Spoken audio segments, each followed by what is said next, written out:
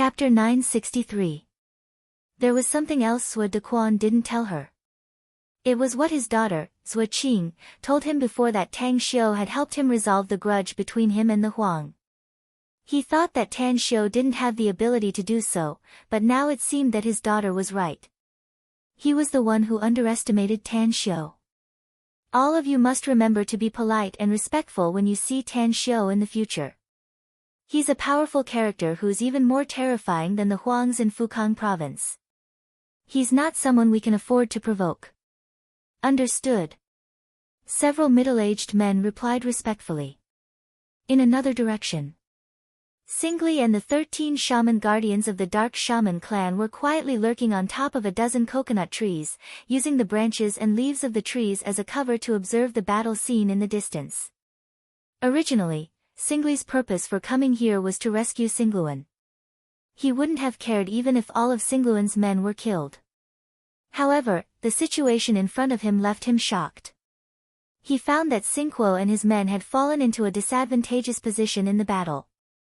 Strictly speaking, it couldn't be considered as a disadvantageous position. It was more like they were being overwhelmed by Singluan's men. What should I do? He kept thinking about it but found that he had no idea how to solve the problem. Should he help Singguo? Absolutely not. He couldn't act rashly without the Patriarch's order.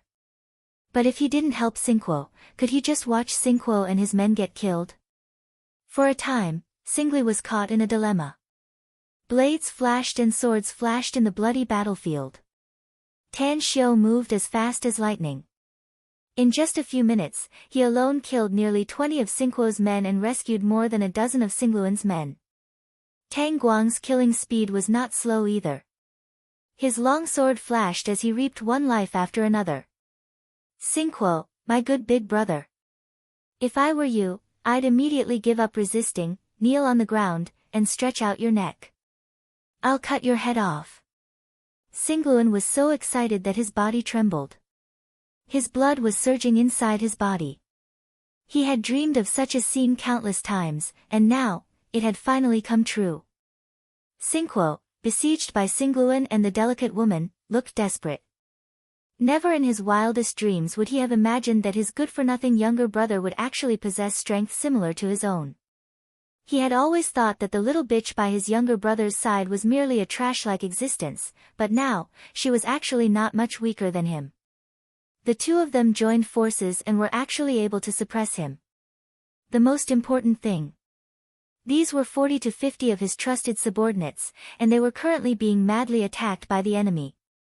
In just a few minutes, only a dozen of his subordinates were still alive, and these dozen of them were all injured, and some of them were even seriously injured. Defeated.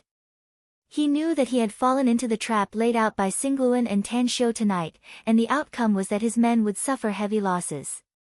Such losses made him feel distressed and suffocated. Get lost. Two of Singguo's subordinates, the black-robed old man who was one of the 5 guardian elders, forcibly resisted the attacks from Jin Shi and Mo Ao's group of 11. Even though they were now covered in blood, they were still struggling to resist. The other 2 guardian elders, on the other hand, were determined to perish together with the enemy. They rushed to the place where Singluan's 5 guardian elders were and clashed with them.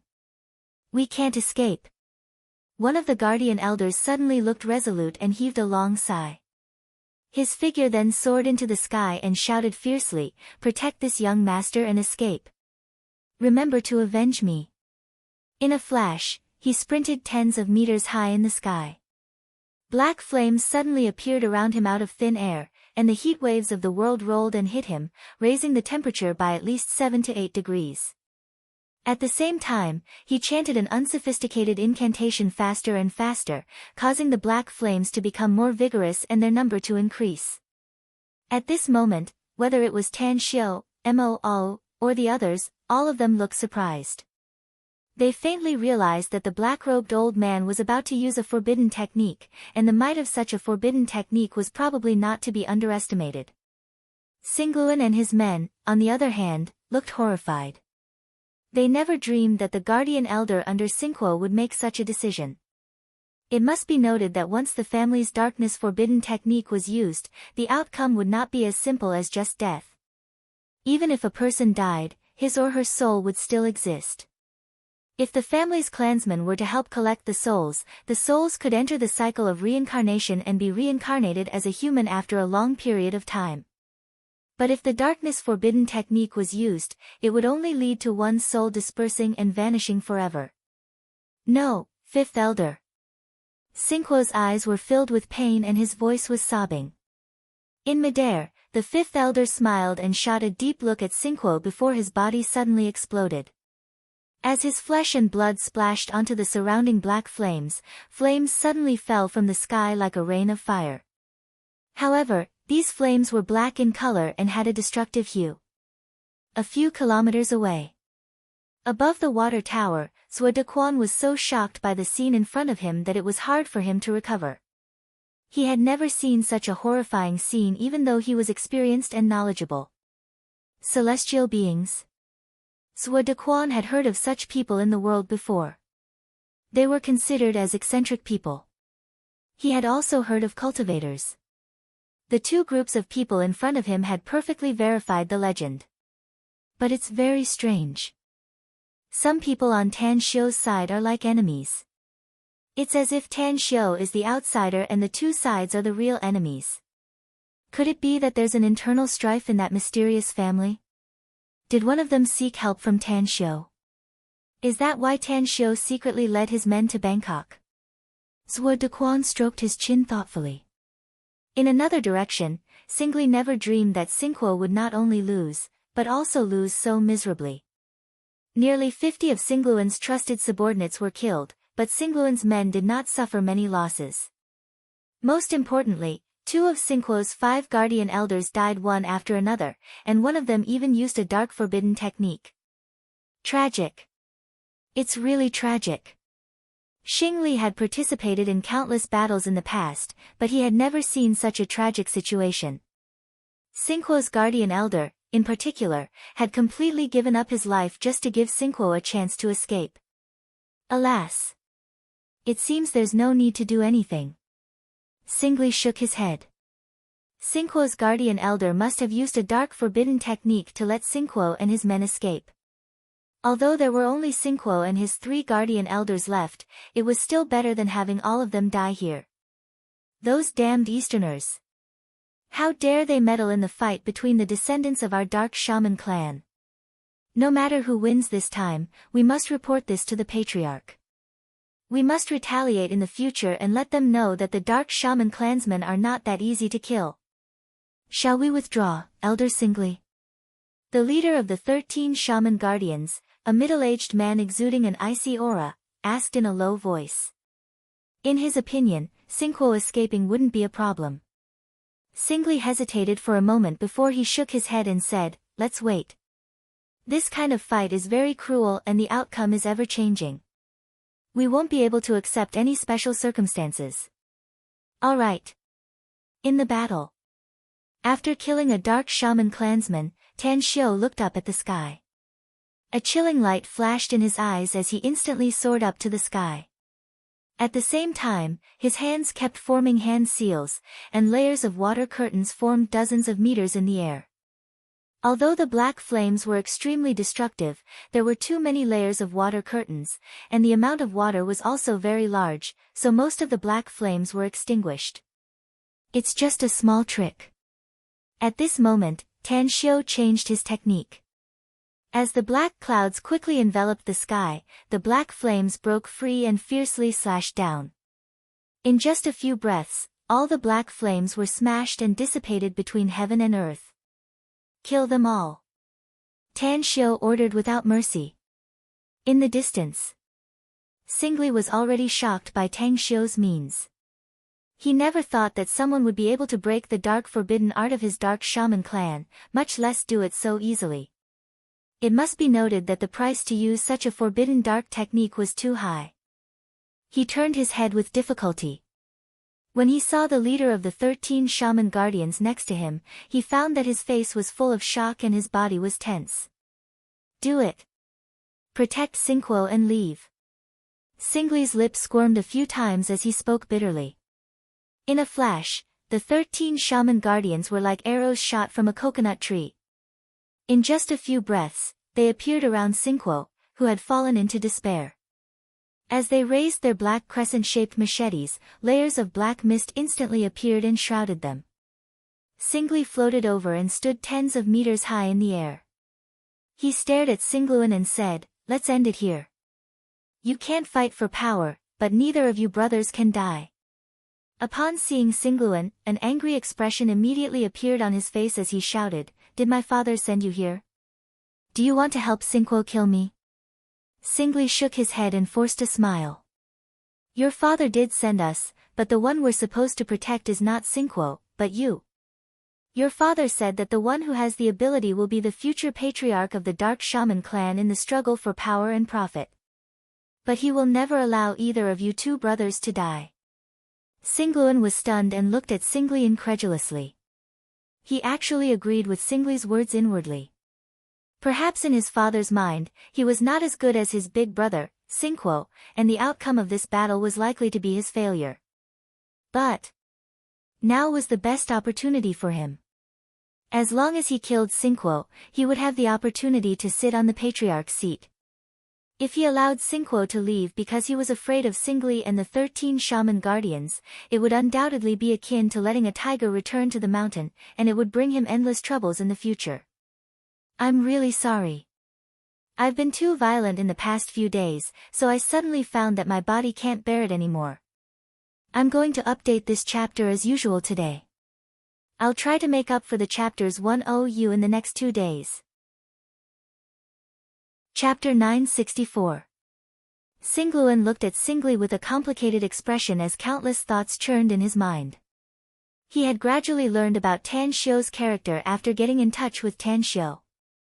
If he didn't kill Sinquo now and ended the power struggle with him, it was very likely that Tan Xiu would never help him again in the future. What should I do? Should I kill him? Or not? Tan Xiu floated over and landed beside Singluan, saying indifferently, "If I remember correctly, your ultimate goal is not just to kill your big brother. If you want to become the patriarch of the Dark Shaman clan and monopolize the power of the clan, you must kill everyone who dares to oppose you. Do keep in mind that soft-heartedness is bound to bring you endless troubles in the future." Singluan's expression slightly changed and he shot a deep look at Tan Xiu. He then raised the long saber in his hand and fiercely shouted, "Everyone, heed my order. Sinquo must be killed today. Whoever dares to interfere will be killed without mercy." Singli's expression drastically changed. He glared fiercely at Tan Xiu and angrily shouted, "Isn't that enough, Singluan? Could it be that your ultimate goal is to kill your father as well? You've won today, so the position of the patriarch of the Dark Shaman clan is bound to be yours. Why do you still want to kill your brother?" "My father is very good to me, so I naturally won't kill him," said Singluan coldly. "But he's old and has been cultivating all day, so he doesn't have much time to manage the clan's affairs. Since he has no time to manage it, why not let me replace him and become the patriarch of the Dark Shaman clan? As for Sinquo, he and I have reached the point where one of us has to die. Do you think he'll obediently bow down to me if I let him go today? Get the hell out of here or I'll kill you too." Singli was so angry that he laughed and shouted, "Singluan, you're so stubborn and insist on killing your big brother, so we have no choice but to help him. The 13 shaman guardians will protect Sinquo as he leaves. The 3 of you have already reached this point. Do you think you can still leave here alive?" Sinquo's 3 guardian elders looked at each other. They understood what Singli meant at that moment. As miserable laughter came from their mouths, the 3 of them instantly gathered together. As their bodies soared into the sky, layers of black flames appeared around them. One of Sinquo's guardian elders shot a deep look at Tan Xiu and loudly said, "Young man from China, you're indeed very powerful and can be considered as a very powerful figure in the cultivation world. Just now, you broke the darkness forbidden technique that my brothers used, but I want to know if you can easily break the darkness forbidden technique that the 3 of us cast together." Tan Xiu clasped his hands behind his back and sneered, "Is that so? Are you sure it was done by the 3 of you? Pfft! Near that protector elder, as the air distorted, a black figure instantly appeared behind him. A long sword pierced through his heart at lightning speed, and then cut off the muscles, bones, and meridians on the left side of his chest. The sharp sword light flashed with cold light, and then chopped off the arm of the protector elder on the left side. "Leave these 3 clowns to us, Grand Master." Tang Guang soared into the sky, his white robe rustling in the air. In nearly an instant, he and Tang joined forces to lay a sword array that swept away the black flames and trapped the 2 black-robed protector elders inside.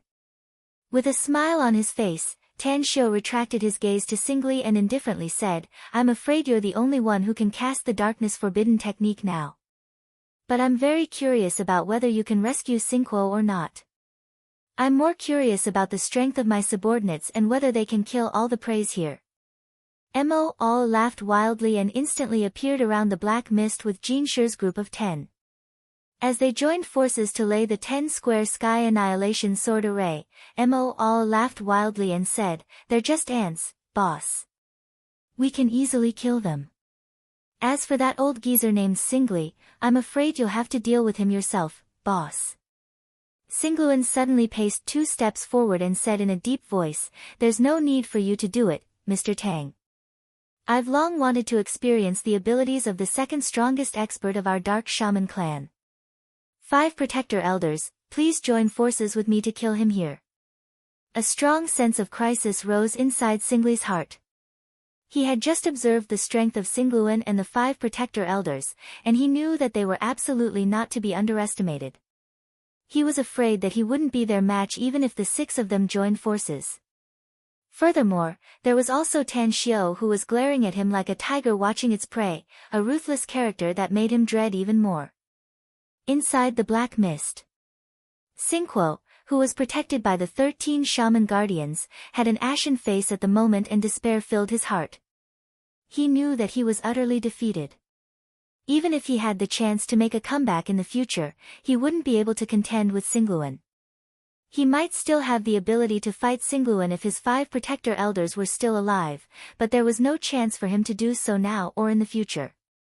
Cough, cough, after a violent cough, Xingguo slowly closed his eyes. But a few seconds later, he immediately opened them and shouted in a deep voice, "Singluan, I admit that you've won. Let us go and I'll leave Tea Country forever. I'll never come back to this land for the rest of my life." "My dear big brother, weren't you very smart before?" Singluan sneered.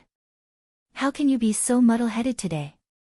Do you think I'll let a tiger return to the mountain and leave a future trouble for myself? Your promise is worthless in my eyes.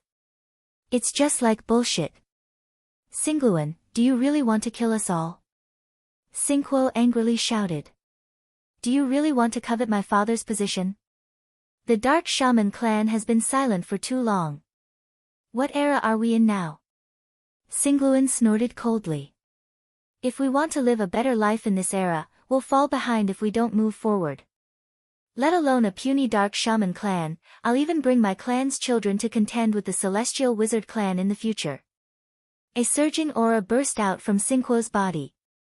He raised his hands and placed the black scimitar horizontally in front of his chest.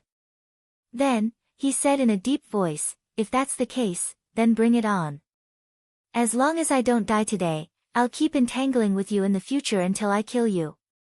Singluan's expression turned solemn and he fiercely said, "Talk is futile. Let's kill. Fight." The scene was even more tragic than before.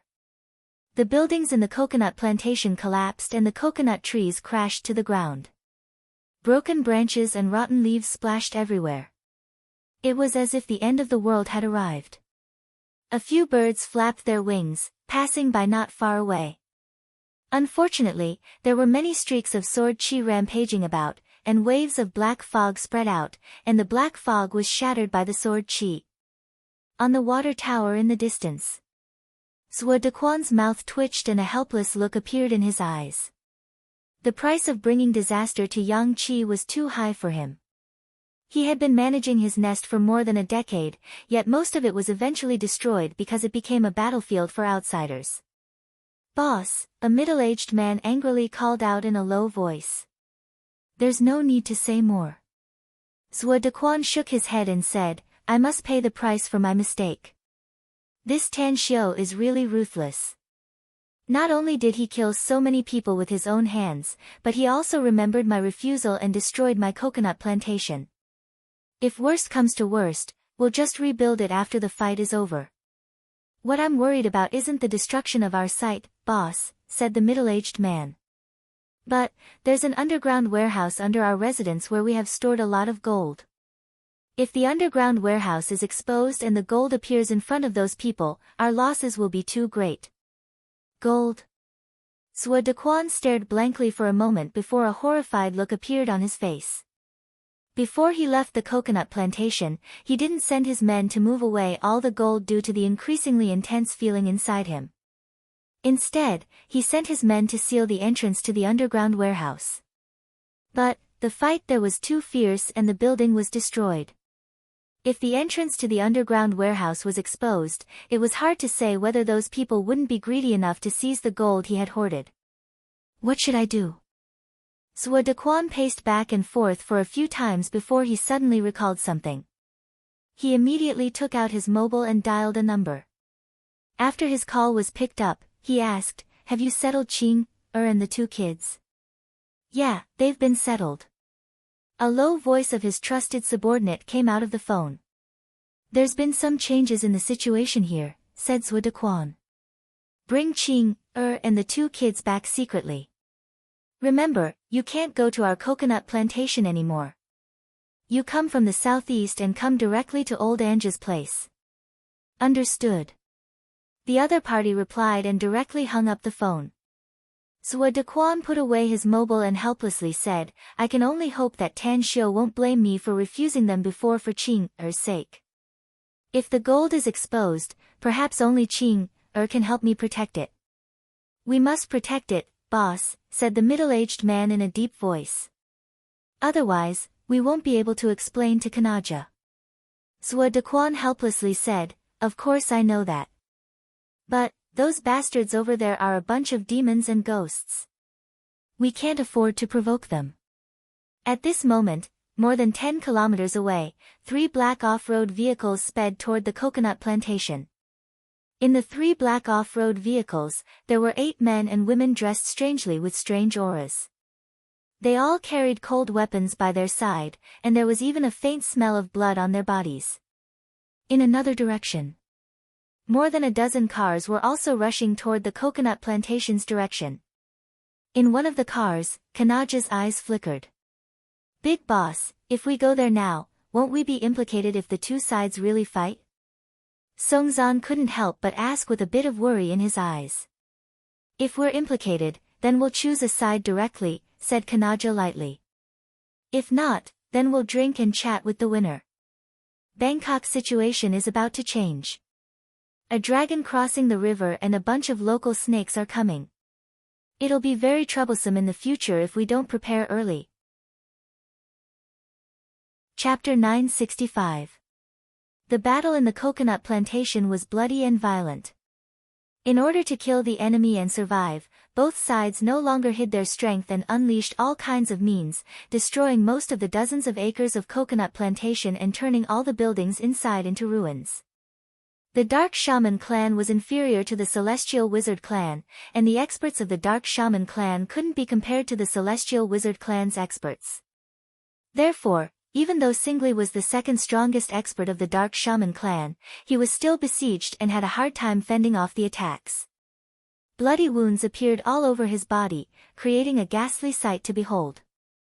The 13 Shaman Guardians were also very strong, especially when they joined forces.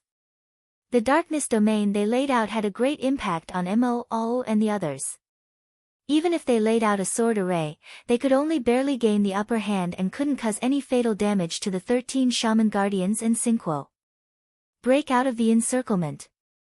Singli shouted as he struggled to resist. He gritted his teeth and a resolute look flashed in his eyes. As he took out the 2 black metal balls, his figure instantly retreated and pulled away from Singluan and the 5 guardian elders. Then, he shouted fiercely, Singluan, you forced me to do this. We came here to save you, but we didn't expect that you would kill us instead. So let's die together. Xingguo, being the patriarch of the Dark Shaman clan, is better than you. Xingluan's pupils shrunk when he saw the objects in Xingli's hand.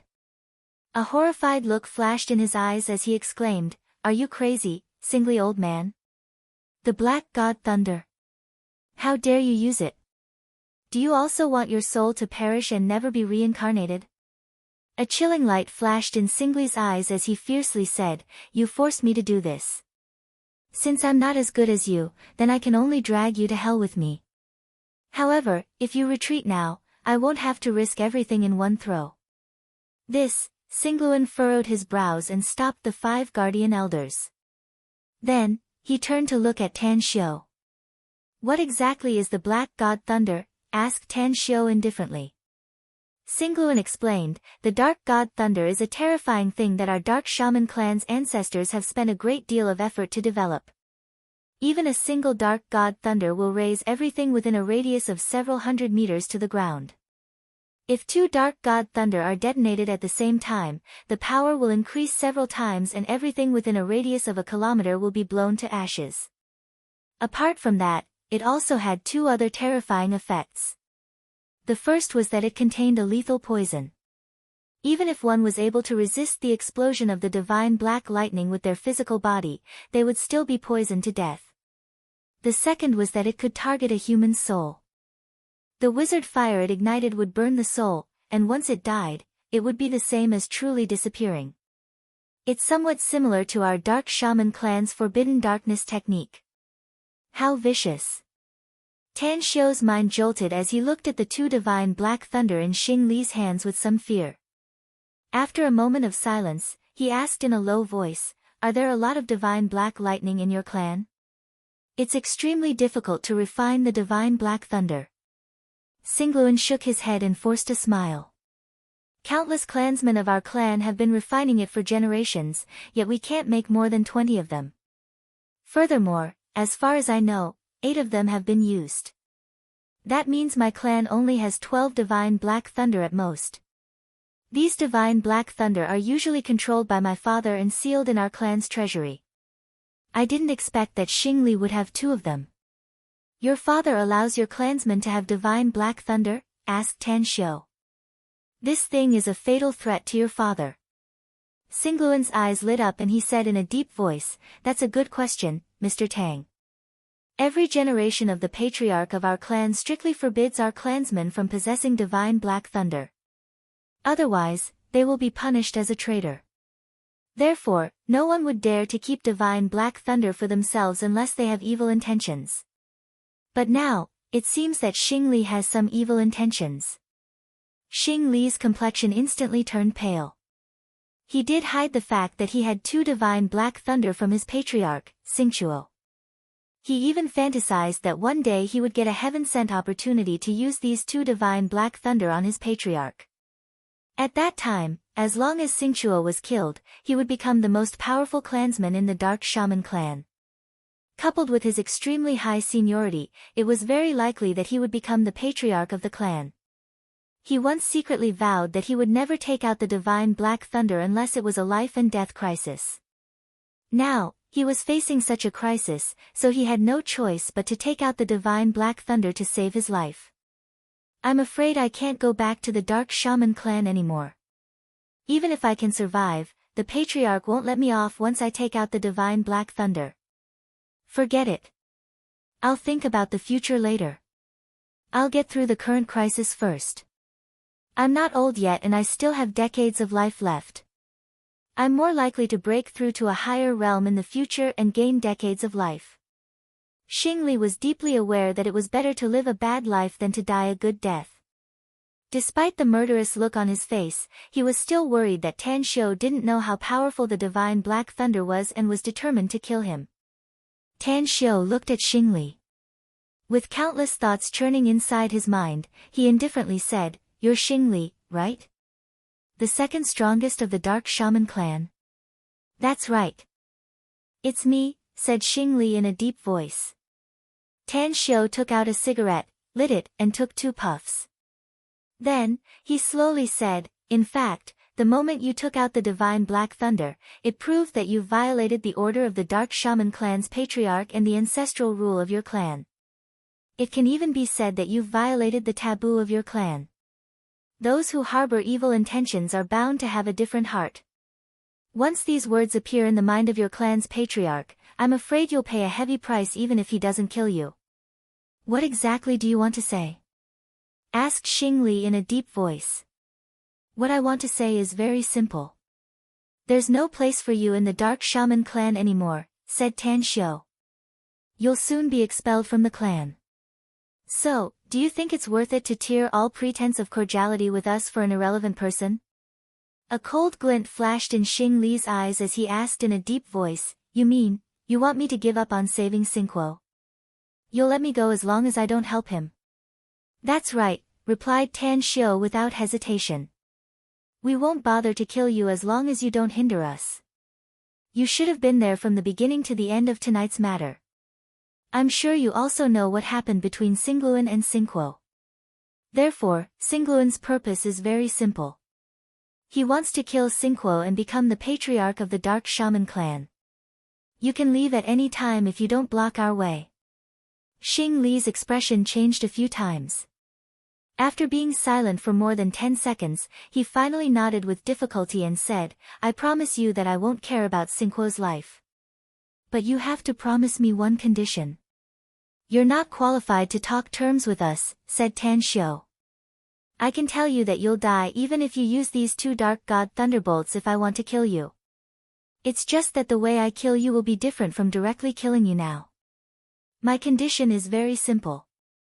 After Xingluan becomes the patriarch of the Dark Shaman clan, he must not send any of his clan's members to hunt me down. I can promise him that I'll do 3 things for him if he needs me in the future. Tan Xiu stared blankly for a moment before he couldn't help laughing. A look of ecstasy appeared on Xingluan's face as he replied in a deep voice, I promise you. Xing Li secretly felt relieved inwardly. He then turned to look at the black mist not far away and hesitated before asking, Mr. Tang, I want to know the outcome of the 13 Shaman Guardians. Those who submit to me will prosper, and those who oppose me will perish, said Tan Xiu coldly. A wise man submits to circumstances. We naturally won't kill them if they give up resisting and no longer risk their lives for Xingguo. After all, they are also the elites of the Dark Shaman clan. Xingluan will need their assistance when he becomes the patriarch of the clan in the future. That's right. The 13 Shaman Guardians are the elites of our Dark Shaman clan, said Xingluan aloud. Every generation of Shaman Guardians is only loyal to the patriarch. I'll definitely put them in an important position when I become the patriarch of the Dark Shaman clan. I'll train them even harder than my father.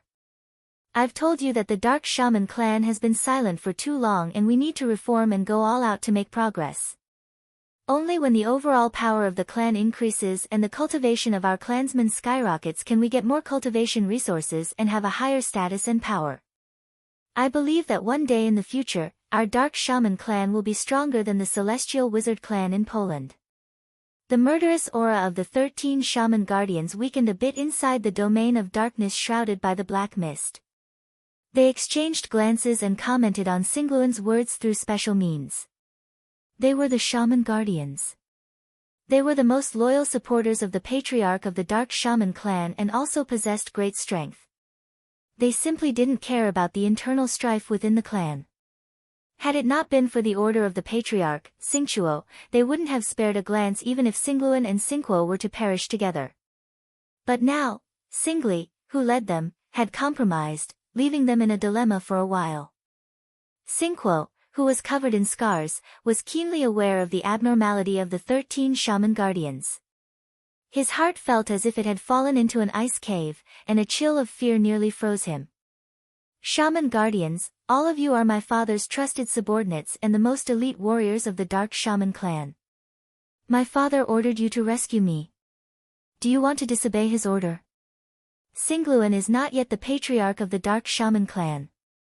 Immediately, the 13 Shaman Guardians looked firm and resolute. They knew that Xingguo was right. Xingluan was not yet the patriarch of the Dark Shaman clan, and they were ordered by the patriarch to rescue him. Something was amiss. Suddenly, the 13 shaman guardians' leader looked a bit strange. He quickly communicated with the other shaman guardians using a special means and came to a decision in just half a minute. "We quit!" shouted the leader of the 13 shaman guardians in a deep voice. Xingquo's expression drastically changed.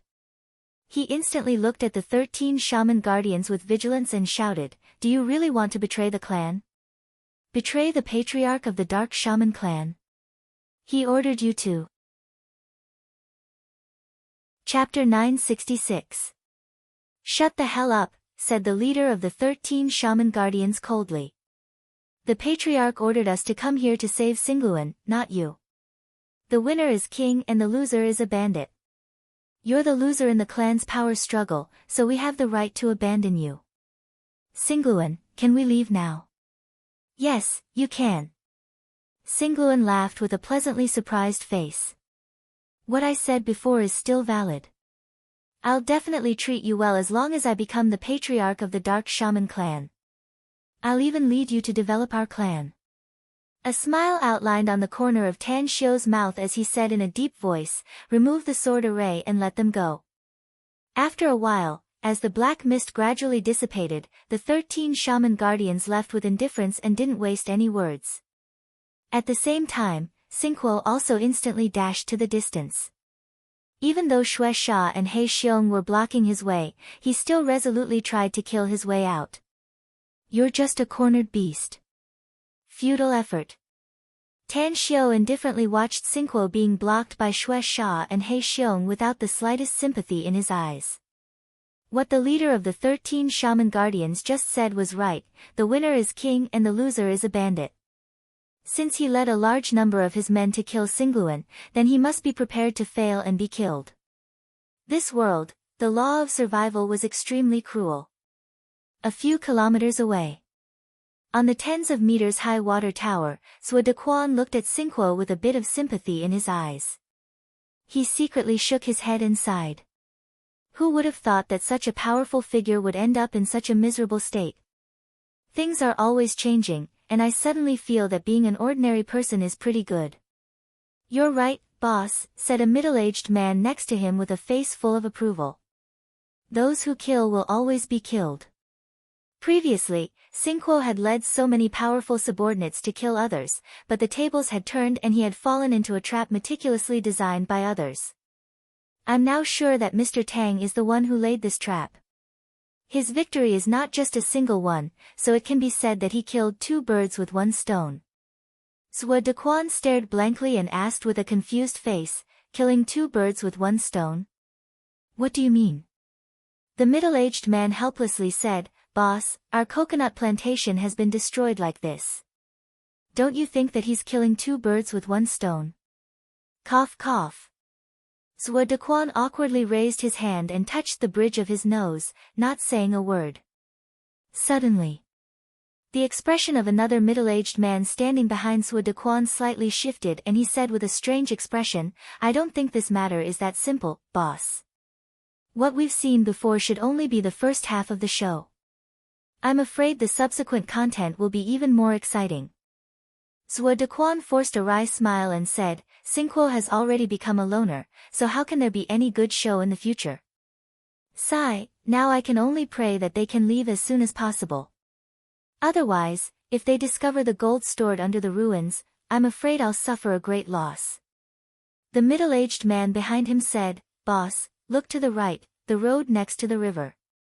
Zhuo Dequan stared blankly and immediately looked to the right. In a flash, a surprised look appeared on his face and he muttered, "Someone else is coming? Could it be that this matter is not over yet?" The middle-aged man said, "I'm afraid there's no way to end it for the time being, boss. Look, those cars have already stopped. Oh my god. Their speed is too fast. It's like, they're flying faster than ghosts. I can only catch their afterimages. At this speed, it'll only take them half a minute at most to reach our coconut plantation." Inside the coconut plantation, Xingquo had already used his trump card, but he couldn't do anything to Xue Sha and He Xiong. The sword array formed by the two immortal swords suppressed him, constantly causing bloody wounds to appear on his body. In just a minute or so, Sinquo had turned into a bloody man as though he had just crawled out of a river of blood. He would never be able to hold on for another minute if things were to go on like this. Shui Sha and He Xiong would definitely kill him. Who's there? Suddenly, Tan Xiu's expression slightly changed. He instantly unleashed his divine sword and his figure soared into the sky. He fiercely slashed out a tens of meters long sword light toward the ruins behind him. Interesting. A hoarse and aged voice came from behind the ruins. A string of pitch-black Buddhist beads rose up and instantly expanded dozens of times, blocking Tan Xiu's sword light. However, a few crackling sounds were heard as several beads on the string of Buddhist beads suddenly exploded and turned into powder. Whoosh! Whoosh! Whoosh! Whoosh! 8 ghostly figures instantly appeared in front of Shui Sha and He Xiong. Along with the flurry of darts that filled the sky, the two men were forced to retreat tens of meters. They staggered to retrieve their immortal swords and then appeared at Tan Xiu's side. Sinquo, who was besieged by them, had his arms wrapped by 2 pitch-black chains and was then pulled to the front of 2 handsome Caucasian men in black tuxedos. You look very miserable, young Master Sinquo. The monk, who wore a kasaya and held a golden Buddhist staff, spoke with a faint smile on his face. The string of Buddhist beads that blocked Tan Xiu's sword also flew back to his hand. He was very old and looked like he was in his twilight years. His body was a bit hunched, but his faintly discernible aura made Tan Xiu secretly dread him. Upon seeing these people, a strong desire to survive suddenly appeared in Sinquo's desperate eyes. He hurriedly called out, Death Dhyana Buddhist Master, Vajra Giant, I'll agree to your previous conditions and join the Stygian Club if you're willing to save my life.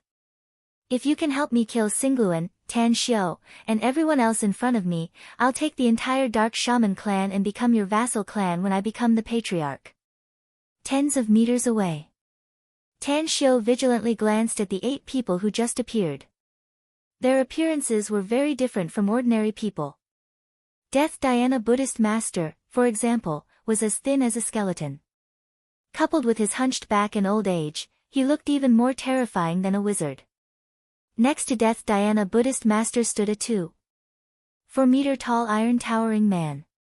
This iron towering man had bronze skin and thick iron chains coiled around his body. He looked like a prehistoric beast, exuding an enormous aura. Tang Xiu originally thought that Mo Al was a tall and burly man, but compared to this tower-like giant in front of him, he was simply dwarfed and not worth mentioning. The other 6, aside from the 2 handsome Caucasian men who looked like vampires, there was also a frail woman with white hair and a youthful complexion, a burly man in a long dress with heavy makeup on his face that exuded a bit of bewitching aura, a long-haired young man with a cross on his back and strange clothes, and a dark-skinned woman with round iron rings on her nostrils, ears, and eyebrows. There was no exception. The 8 of them were not ordinary people, and each of them was likely very strong. Death Dhyana Buddhist Master still wore a faint smile on his face as he circled around Sinquo a few times. Then, he sighed and said, We invited you with great hospitality, but you refused in every possible way. Now that you're facing a great disaster, you want to borrow our power. How can there be such a good thing in this world, young Master Sinquo? I'm willing to join you as the Dark Shaman clan's patriarch, said Sinquo hurriedly. I'll lead the entire clan to serve you in the future. Isn't that enough? Death Dhyana Buddhist Master raised his hand and pinched the beads on the string of Buddha beads with his thumb. Then, he said with a faint smile, It's enough. Of course it's enough. However, we've seen too many people who burn bridges after crossing the river. You'll have to pay a price if you want us to trust you completely. What price? Asked Sinquo in a deep voice with a slightly changed expression. Death Dhyana Buddhist Master took out a black porcelain bottle from his sleeve and threw it to Sinquo. This is the Death Dhyana pill I've developed. It can be said to be extremely toxic. We'll help you if you dare to take it. We can even help you become the Dark Shaman clan's patriarch. Death Dhyana pill. Fear filled Sinquo's eyes. He knew that Death Dhyana Buddhist master's way of controlling people's life and death was to make them take the Death Dhyana pill. If they obeyed his orders, they would get the antidote every 6 months to ensure their safety for the time being. But if they dared to go against his will, not only would they not get the antidote, but they would also be tortured by the poison and die after a long time. Vicious. Cruel. He simply couldn't imagine what awaited him once he took the Death Dhyana pill. Death Dhyana Buddhist master's face turned cold and he indifferently said, "What? You don't dare." Sinquo turned his head to look at Tan Xiao and then at Singluan. Finally, he glanced at the enemies in front of him and gritted his teeth. "I'm going to die. I can't save my life no matter how unwilling I am. Now, give me a chance. I'll take this Death Dhyana pill. It's better to live than to die. I can make my enemies pay the cruelest price as long as I'm still alive." Tan Xiao squinted his eyes and sneered. "Are you sure they can save you, Sinquo?" Sinquo looked at Tan Xiao again and replied in a heavy tone, "I'm sure. Of course I'm sure." The Stygian Club's 8 top assassins are absolutely terrifying figures standing at the pinnacle of the Stygian Club. If they can't save me, I'm afraid you can dominate the world. Just you wait, Tan Xiao. One day, not only will I kill you, but I'll also brutally ravage all your relatives and friends to death. I'll also ruthlessly slaughter all your friends and everyone you care about. I'll make sure that they'll never be able to reincarnate." In a flash, killing intent surged inside Tan Xiao's heart. His friends and family were his reverse scale.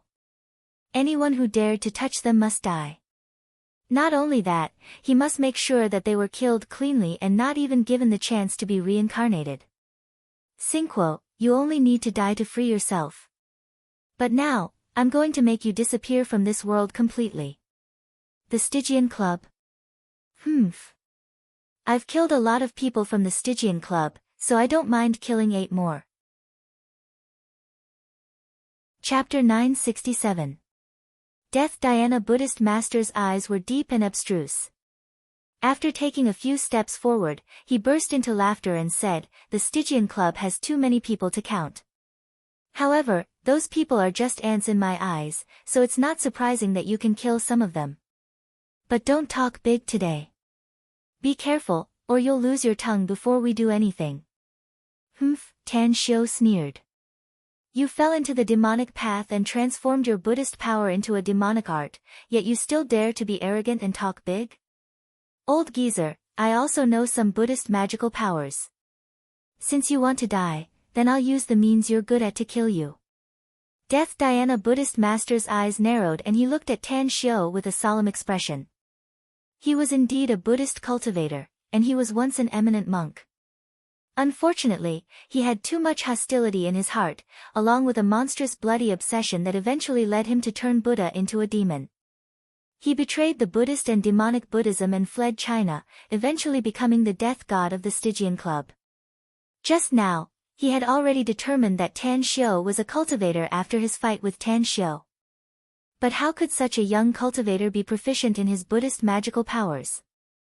How could he possibly use the means of both Buddhist and demonic cultivation? "You're just spouting nonsense. Let me have a taste of it." The monk's staff in Death Dhyana Buddhist master's hand fiercely tapped the ground and a surging aura immediately spread in all directions. The broken trees, rotten leaves, bricks, and stones in the ruins around him were directly swept away by the airflow. The Vajra giant, whose whole body was wrapped in steel chains, suddenly stepped forward and stomped the ground with his right foot, causing dust to rise and the ground to slightly tremble. An iron hammer the size of a fist, after he threw it with all his might, rapidly expanded in size. In the blink of an eye, it had already expanded to 3 meters long, and the head of the hammer was incomparably huge. Death Dhyana Buddhist master, I hate these arrogant and unruly guys the most, especially those who want to show off at such a young age. There's no need for you to do anything. Just let me smash them into meat paste. The Vajra giant raised his right hand and directly grabbed the giant hammer the moment it fell. Domineering. Wild. There was also the contempt shown by the King Kong giant. It was as if he didn't take Tan Xiu seriously at all, let alone the people in front of him. Tan Xiu frowned deeply. Although the aura of the Vajra giant in front of him was very strong, he didn't feel much threat from it. The biggest threat to him should be Death Dhyana Buddhist master. Seeing that the giant was about to attack, he took a few steps back and said in a deep voice, "Tang Guang, play with him." Tang Guang, who was dressed in a white robe and looked elegant, flashed a smile and his figure fluttered toward Vajra like floating clouds and flowing water. The immortal sword circled around him, and when it was about to reach Vajra, the immortal sword suddenly changed its course and blocked all the escape routes of Vajra. "Big guy, I hope you're not a silver spear with a wax head." Vajra's pupils shrank. They had just arrived here and didn't know much about Tang Guang's strength. However, Tang Guang's speed made him dread it. A series of sparks splashed in an instant as the hammer slammed down. His strength was great and his speed wasn't affected by the hammer's huge size. A series of hammer shadows swept crazily as he strode forward resolutely. "I hate gigolos the most. I'll take your surname if I don't kill you today." A ferocious look flashed on Vajra giant's face as he dashed to the front of Tang Guang. His fist the size of a clay pot blasted toward Tang Guang's head. His arms were wrapped in black chains and his bulging muscles kept making cracking sounds. A disdainful look flashed in Tang Guang's eyes. Had it not been for the iron chains wrapped around Vajra giant's arms, he might have had a headache trying to figure out a better way to deal with this opponent. But now, a brilliant idea had formed in his mind. Lightning, as he cast a spell, a lightning bolt instantly struck down in the dark night and accurately hit the iron chains wrapped around Vajra giant's arms. What? Vajra giant's body turned stiff. In that split second, a gap appeared in the hammer shadows he swung. The immortal sword that looked like a living creature pierced through the gap and sent a pillar of blood spraying to the sky as Vajra giant's huge head was sent flying. Tang Guang retrieved the immortal sword and turned around to fly to Tan Xiu's front. With a calm look, he respectfully reported, "The enemy has been killed, Grand Master." Tan Xiu gave him a thumbs up and praised, "That's a very effective method. That guy was arrogant and conceited, yet you easily killed him. It seems he deserves this tribulation." Tens of meters away. Death Dhyana Buddhist master's face was ashen as he looked at the headless corpse of Vajra giant with blood spurting out from his neck. At this moment, he felt like he had just eaten a dead mouse, and a nauseous feeling kept churning inside him. He knew Vajra giant and naturally knew how strong he was. But because of the iron chains wrapped around his body, he fell into the enemy's trap and was easily killed. Behind him, the two white men who looked like vampires exchanged glances and took half a step back. Their weapons were chains. They were afraid that Tang Guang would use despicable tricks again to paralyze them with lightning and then seize the opportunity to kill them when they fought with Tang Guang. Interesting. I didn't expect that Vajra giant would be so unlucky to run into a cultivator who is proficient in lightning spells. How about I ask for some advice from you, mister?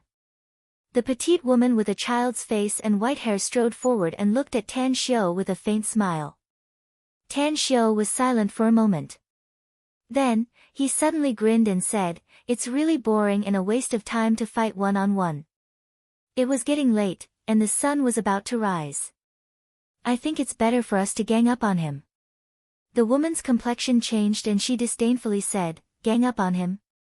Do you want to bully us just because you have a lot of people?" Tan Xiu nodded and smilingly said, "That's right. I want to bully you just because I have a lot of people." "Why?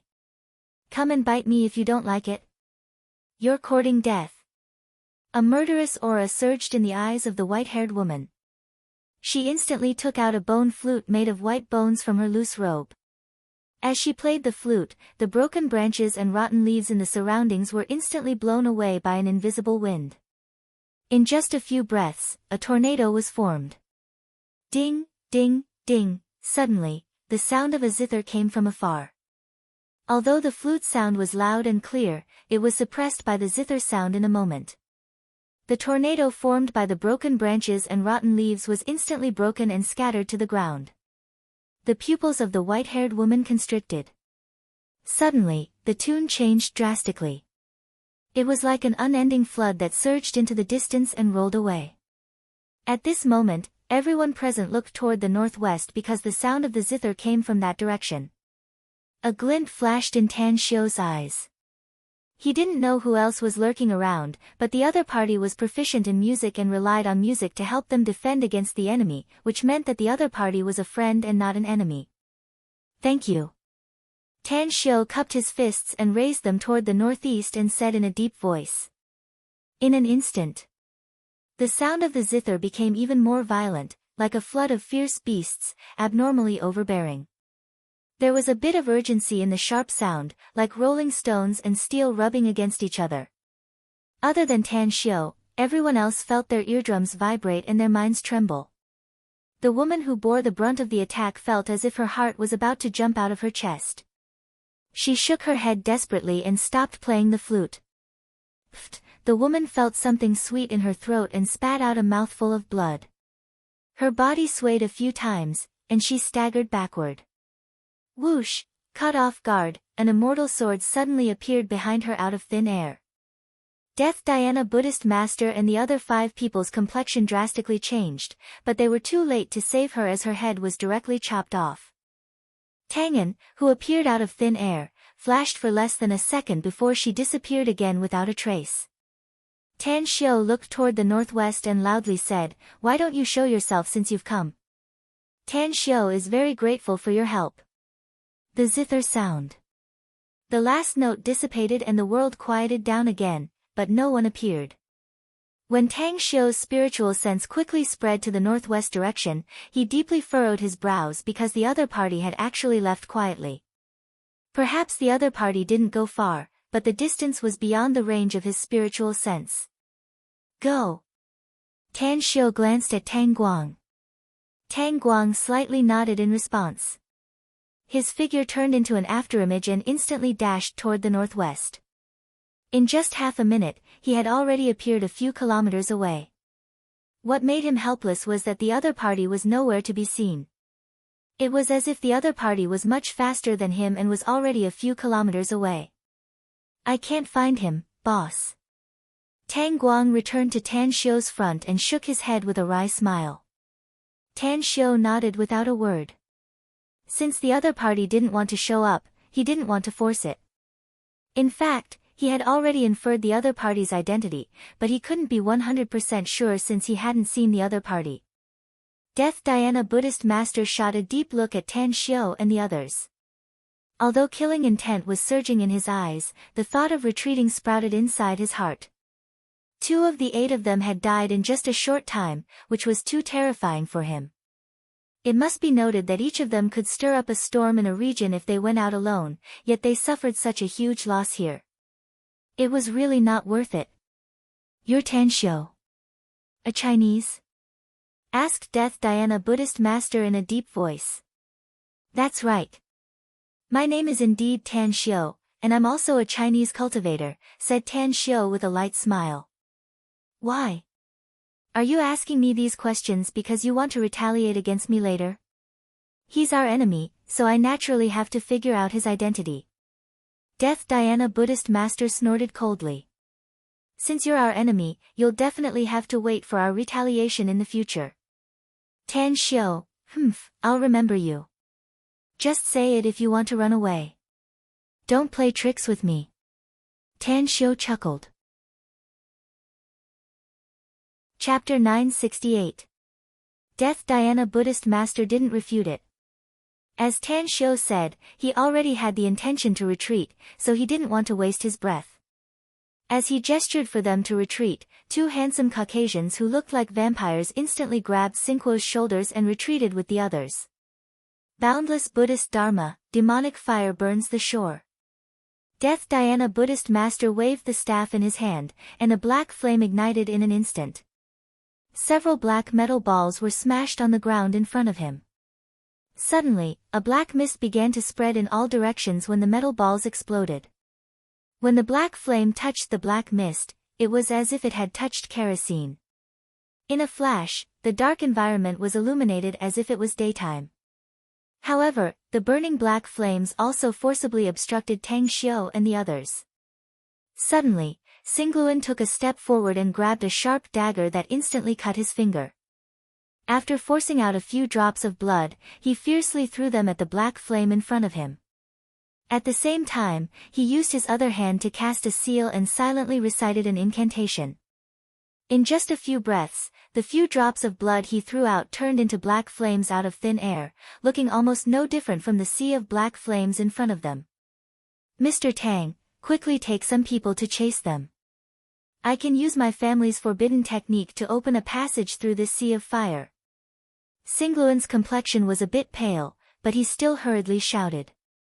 Tan Xiu's eyes lit up and he shouted without hesitation, "Everyone, chase after them. We must kill all of them today. Else we'll have endless troubles in the future if they escape." Whoosh! Whoosh! Whoosh!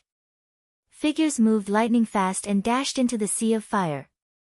The passage Xingluan opened in the sea of black flames could be said to be perfect.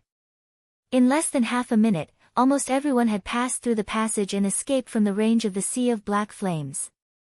Lotus Sword. Layers upon layers of immortal sword shadows were like a blooming lotus. Even in the dark night, they were still blooming like stars.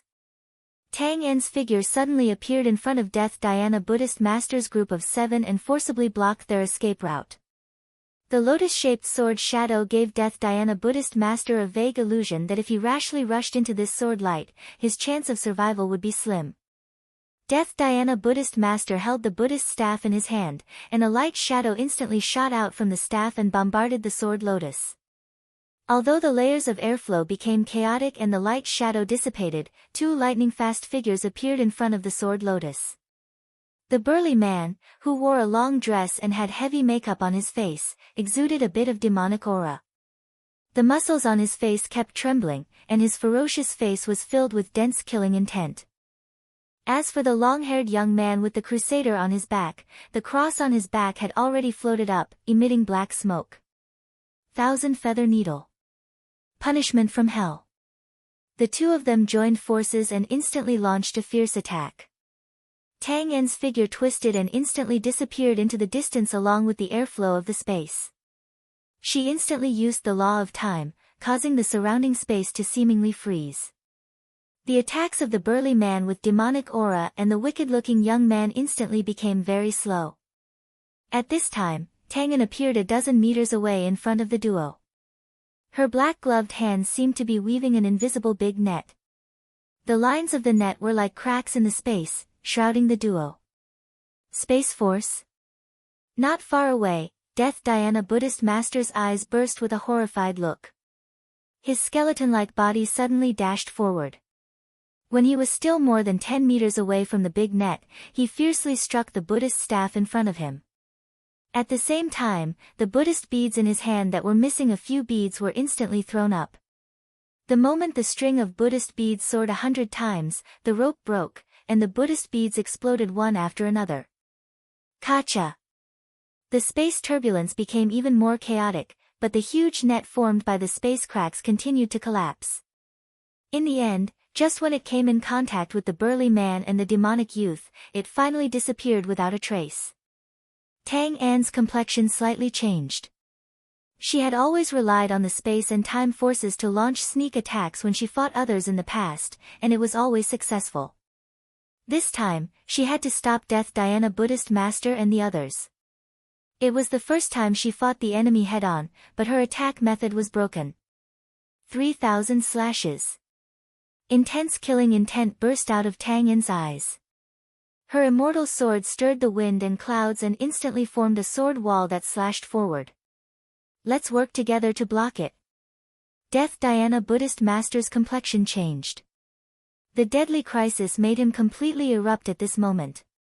He crazily circulated the dark Buddhist force inside his body, causing his Buddhist staff to expand several times in an instant. He grabbed it and fiercely waved it in front of him.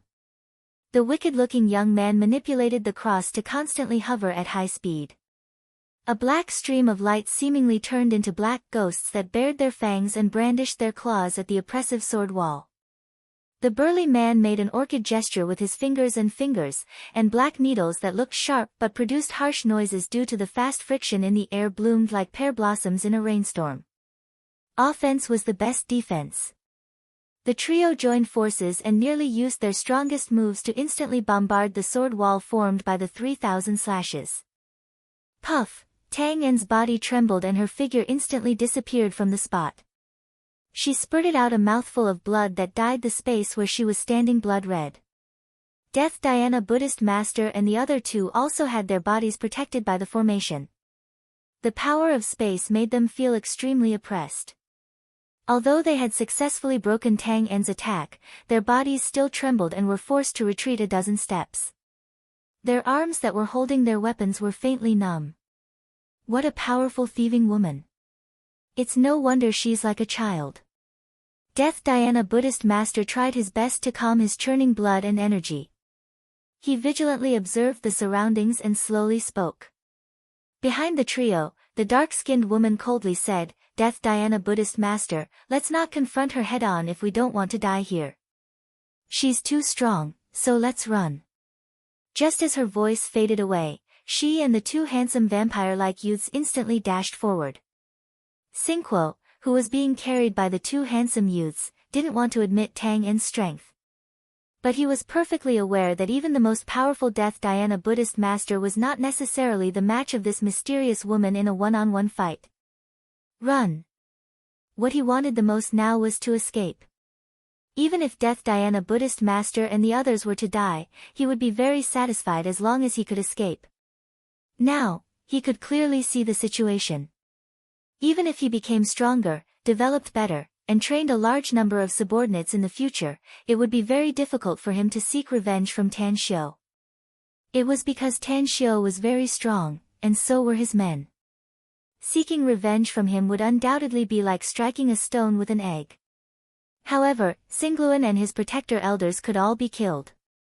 Even the Dark Shaman clan, which Xingluan would use in the future, could also be eliminated. There's more. Damn Xingli and the 13 Shaman Guardians.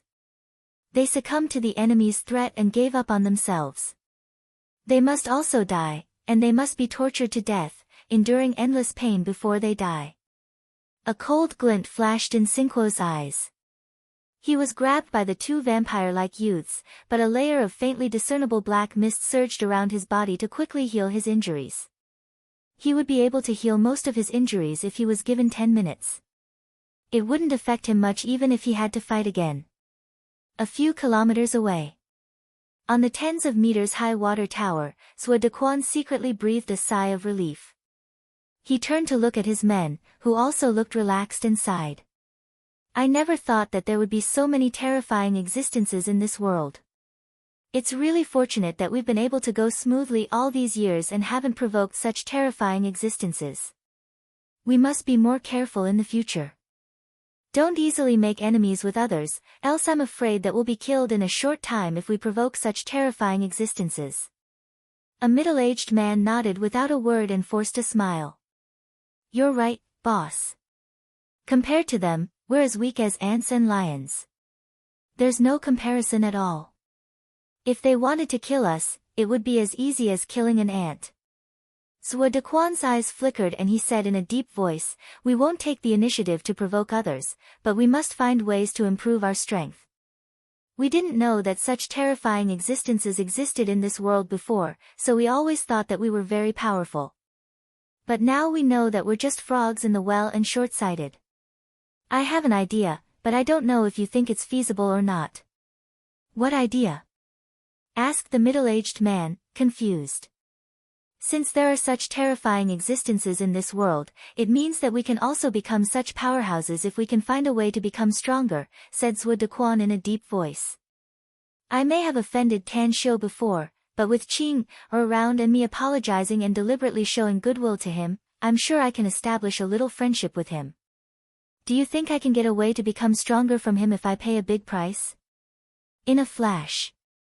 The eyes of several loyal subordinates of Sui Dequan lit up. It would be a great thing if their boss could really get a way to become stronger from Tan Xiu. Such a good thing would make them smile even in their dreams. We can give it a try, boss, said the middle-aged man excitedly. Zhuo Dequan raised his arm and stroked his chin. He nodded and said, we can't afford to lose this opportunity, so I must seize it. Boss. Suddenly, another middle-aged man interrupted Zhuo Dequan in a low voice. Zhuo Dequan furrowed his brows and asked, what is it? The middle-aged man pointed to another direction and said in a low voice, some people are coming. Also, judging from the number of vehicles, the number of people coming this time should be no less than 5. Chapter 969. Zhuo Dequan grabbed the binoculars and looked at the direction his men pointed. He was immediately shocked. He was already shocked to see so many people arriving here one after another. Now, there were so many of them. Could it be that they also wanted to join the fight? Are they Tan Xiu's men? Or Xingquo's men? Boss, look at that limousine in the middle. It seems to be Kanaja's car, said the middle-aged man.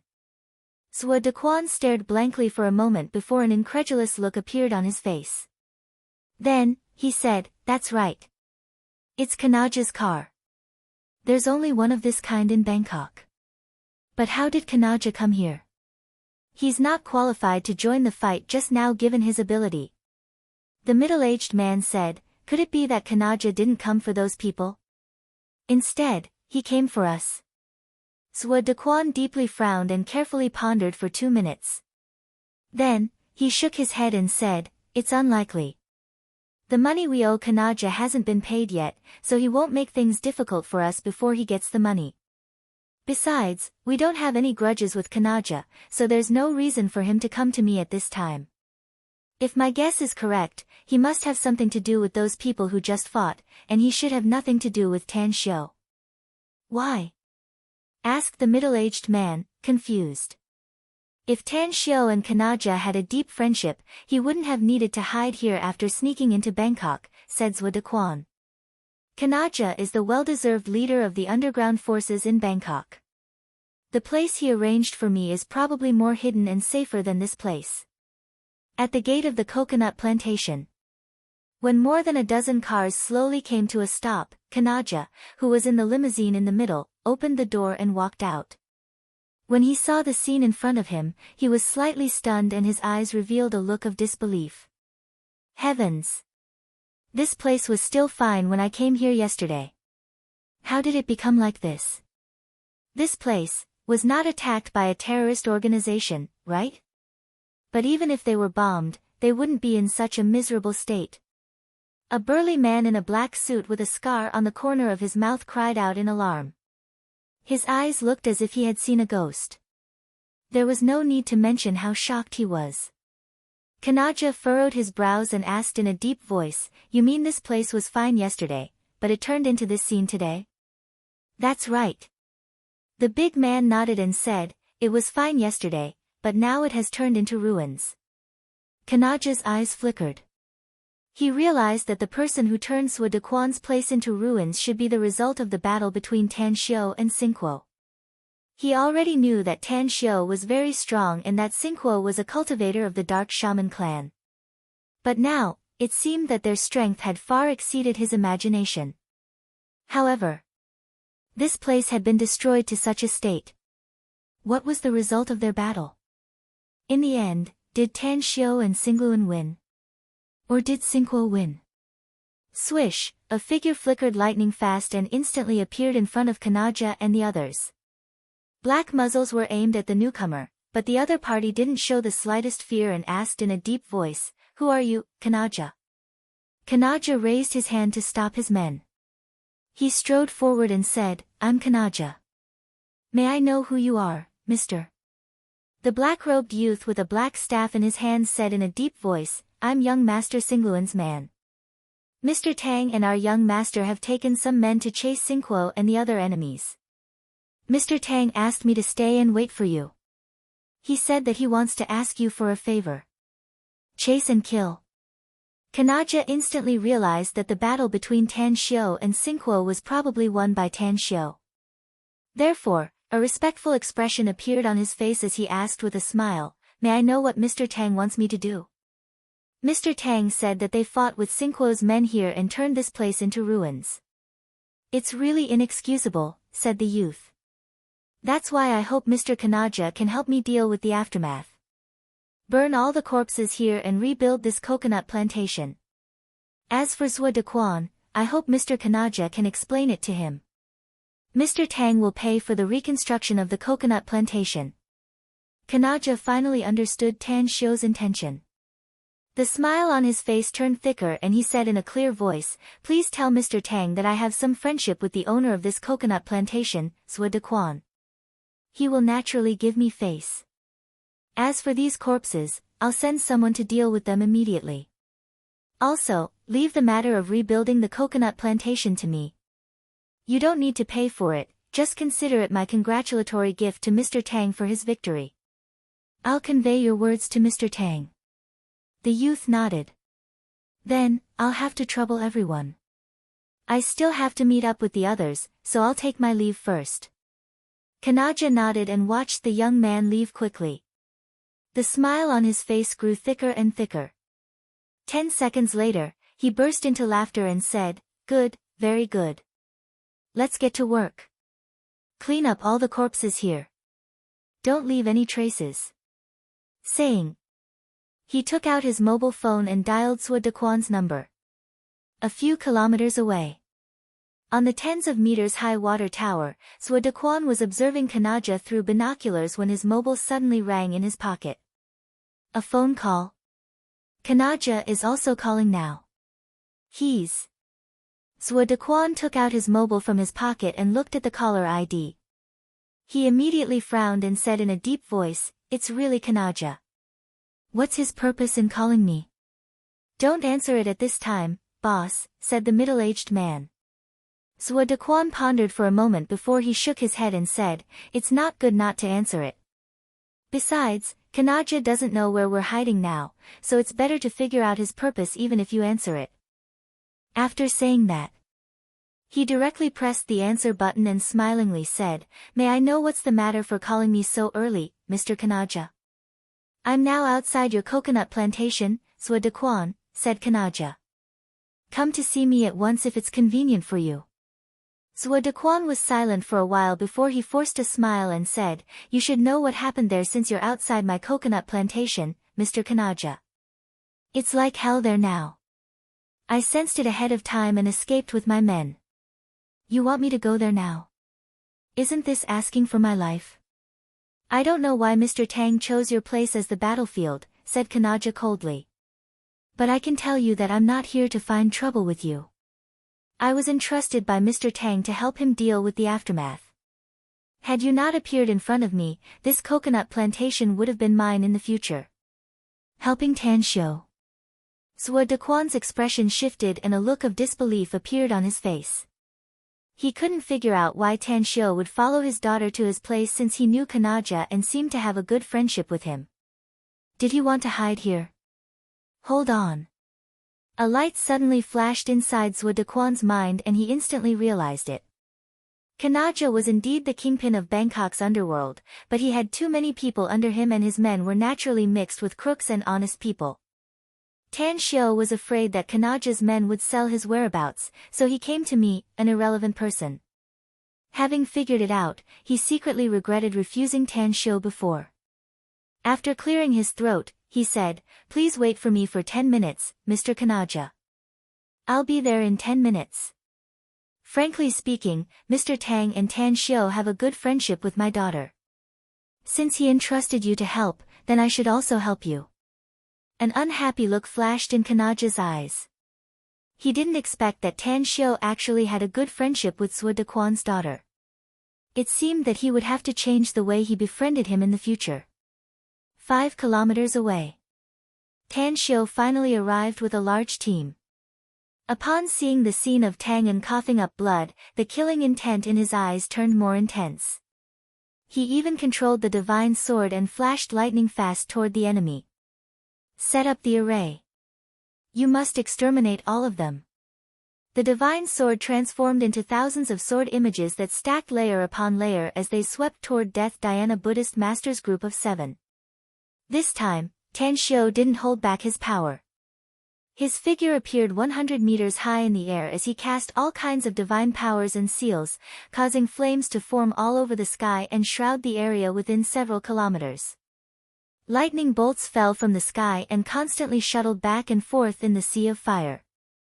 Puff, puff, puff, he took out 8 array discs from his interspatial ring and quickly threw them in 8 different directions. At the same time, he used the crossroads of the highway, the surrounding trees, street lights, and the small artificial lake on the left side to arrange the 8 desolation array. Following the formation of ancient and complicated runes, lines of runes quickly intertwined, exuding faintly discernible energy fluctuations. In just a dozen seconds, Death Diana Buddhist Master and the others had yet to rush out of the sea of fire, but the runes had already been laid out. Golden Lion. As the 8 desolation array was activated and completely shrouded the surrounding space, Tan Xiu shouted in a deep voice. Jin Shi instantly appeared in front of Tan Xiu and respectfully said, "What's your order, boss?" "You've read a lot of ancient books I've read during the days you've been following me," said Tan Xiu. "You've even studied more than a dozen arrays I've written.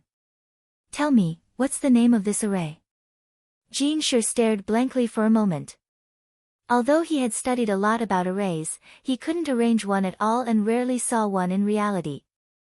Immediately after, he circled around the 8 desolation array a dozen times and spent a full 10 minutes.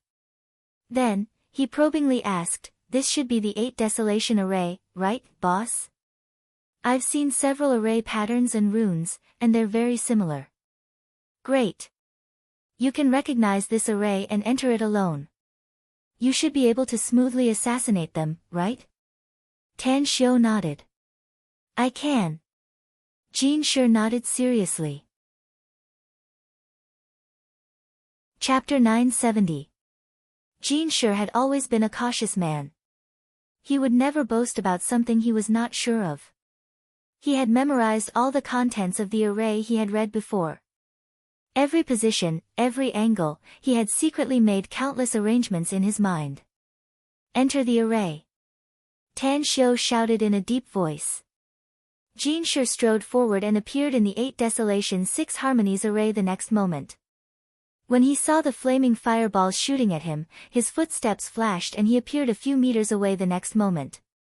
At the same time, his line of sight moved quickly and found the place he was looking for in just a second or two. Break, 4 fireballs appeared around him in an extremely short period of time, and the immortal sword hovering around him directly split the 4 fireballs apart. As he moved, all the fireballs that shot towards him were either dodged or broken apart by him, and then he appeared in the predetermined position. Suddenly, all the fireballs that shot towards him within the formation dissipated, and he stood in a safe position. At the same time, Death Diana Buddhist Master and the others who were trapped inside the 8 desolation 6 harmonies array were also dodging the attacks formed by the array. From time to time, there were lightning, torrential rain, hurricanes, and earth spikes. The attacks formed by countless changes in the environment had left them scarred and exhausted a huge amount of the power they cultivated. "We must find a way to break this array, else we'll be trapped inside," shouted the evil-looking youth who had a bloody wound on his face, controlling the pitch-black cross. He barely dodged the attack of a hurricane. Death Diana Buddhist Master had been observing the array. He was the one with the lightest injury among them, and his strength wasn't affected much. He could even lend a helping hand to his companions when he was dodging the attacks. However, he couldn't see through the mysteries of this array even after studying it for more than 10 minutes. "There's only one way left now," said Death Diana Buddhist Master in a deep voice. The evil-looking youth looked pleasantly surprised and hurriedly asked, "What's the solution, Death Diana Buddhist Master?" "We're all injured. We can't hold on for long if we can break this array." "I came up with the stupidest method," said Death Diana Buddhist Master in a deep voice. "That's to break this array with force. We'll do everything we can to attack the same position in this array and strive to break this damn array in one blow." "All right." Agreed. The others nodded and quickly approached Death Diana Buddhist Master. Death Diana Buddhist master pointed to a spot and said in a deep voice, "I have a feeling that that's the weakest spot in the entire array, but it's also the place with the most attacks. So, if we want to break the formation, we have to destroy all the attacks in that direction, and we have to increase the intensity of our attacks to create an opening there. As long as we succeed, this array formation will be broken. Do it." With a loud shout from Death Diana Buddhist master, everyone used all their strength to attack in the direction they had locked onto. Fireballs mixed with lightning bolts were very powerful, but under everyone's attack, all the fireballs and lightning bolts were destroyed. The remaining force bombarded a layer of energy shield. As layers of ripples appeared on the energy shield, a hair-thin crack appeared. However, the moment the shockwave from the attack dissipated, the crack automatically healed, and the vibrating ripples also disappeared without a trace. The power of the array's attack is weakening. The evil-looking young man's eyes were filled with disappointment, but in an instant, he keenly noticed a problem and cried out in surprise. Death Diana Buddhist master grinned and loudly said, "That's right. We may not have broken this array, but we did cause some damage to it, causing its attack power to weaken. If we continue to attack, I believe that this formation will be overwhelmed sooner or later, and we will break it by force." The burly man yelled, then continued to attack. Before he could finish speaking, a celestial sword that was hidden in the shadows like a venomous snake silently pierced through his heart. As the sword light moved, his body was torn into pieces, and at the moment he exploded, it formed a tragic scene of flesh and blood flying everywhere. A bloodthirsty glint flashed in Jean Sher's eyes as soon as he appeared. He immediately retreated half a step and disappeared into thin air after hitting his target. What's going on? The complexion of Death Diana Buddhist master and the others drastically changed. They didn't see the sneak attack and only felt a sharp energy fluctuation. They hurriedly turned their heads and saw the burly man's body explode. Such a strange situation made their complexion turn extremely unsightly, and fear grew in their eyes. The evil-looking youth subconsciously moved closer to Death Diana Buddhist master while vigilantly observing the surroundings. He didn't even block the fireballs and lightning bolts coming from all directions. However, the black woman suddenly took off the cloak on her body. The moment she waved her arm, the black cloak formed a mist-like air wall, blocking all the fireballs and lightning bolts that shot towards them. Half a minute. The dark cloak can only block for half a minute at most. Everyone, hurry up and attack the same spot. Otherwise, the dark cloak will be destroyed and we'll have to guard against the surrounding attacks, shouted the black woman. Attack! Death Diana Buddhist master was also aware of the crisis at the moment. He didn't hesitate to raise his staff and fiercely smashed it forward.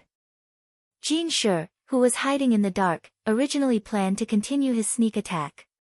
But when he saw the black woman unleashing the dark cloak, he suddenly felt a bit dejected and hurriedly sent a voice transmission to Tan Xiu. "Boss, the enemy has a defensive magic tool, so I can't continue my sneak attack for the time being. Also, they're attacking a certain point of the array. If they keep attacking like this, the array will be broken soon." A cold light flashed in Tan Xiu's eyes as he stood outside the array. His figure instantly entered the 8 Desolation 6 Harmonies array. His footsteps were very peculiar and the position he stepped on was also very special. His seemingly dancing figure didn't suffer any attack from the array and appeared near Death Diana Buddhist master and the others. Interesting. Tan Xiu once again unleashed the divine sword. Along with the eruption of a terrifying aura, the divine sword instantly expanded 100 times and turned into a terrifying giant sword nearly 100 meters long. He then fiercely slashed the dark cloak. Boom! The dark cloak was smashed to pieces, and Jean Sher's figure instantly appeared behind the black woman. As the immortal sword swept across, the black woman's face turned pale and her head was directly chopped off. Except for Death Diana Buddhist master, the rest were hit by the aftermath of the divine sword attack and fled in all directions. Tenebrous Domain. Xingguo had already recovered his strength. Although he still had some injuries on his body, they weren't very serious. Seeing that Death Diana Buddhist master and the others had suffered such a big loss, his heart was in his throat. Whether he could escape alive or not, he needed to rely on Death Dhyana Buddhist master and the others. Therefore, he brazenly attacked at this time and shrouded the surrounding tens of meters in black mist. His domain allowed him to observe everything inside and also prevent the enemy's sneak attack. Break! Death Dhyana Buddhist master also pounced toward the weakest point of the array. As his staff fiercely bombarded that spot, more than a dozen cracks appeared on the energy shield. At this moment, he suddenly threw the staff in his hand, stirred and tore those cracks open. Run! Death Dhyana Buddhist master didn't have the time to help the others. He shouted and quickly rushed out of the gap. Run! Run! The others seemed to see the hope of escaping and rushed toward the gap. Sinquo, who had just unleashed his tenebrous domain, followed closely behind Death Dhyana Buddhist master. Tan Xiu's face turned cold and he fiercely said, "You wanna escape? Did I give you permission?" The divine sword turned into countless sword beams that blotted out the sky and shot toward the gap. In the blink of an eye, the two vampire-like men who only cared about escaping were pierced by layers of sword beams and their corpses fell outside the gap. The array had been broken. After Tan Xiu and Jin Shi's figures appeared next to the two corpses, Death Dhyana Buddhist master, Sinquo, and the sinister youth had already fled to the distance. Tang Guang, Tangan. Death Dhyana Buddhist master and Sinquo must die. They must stay here no matter the price. Tan Xiu chased after them lightning fast and shouted at the same time. Understood.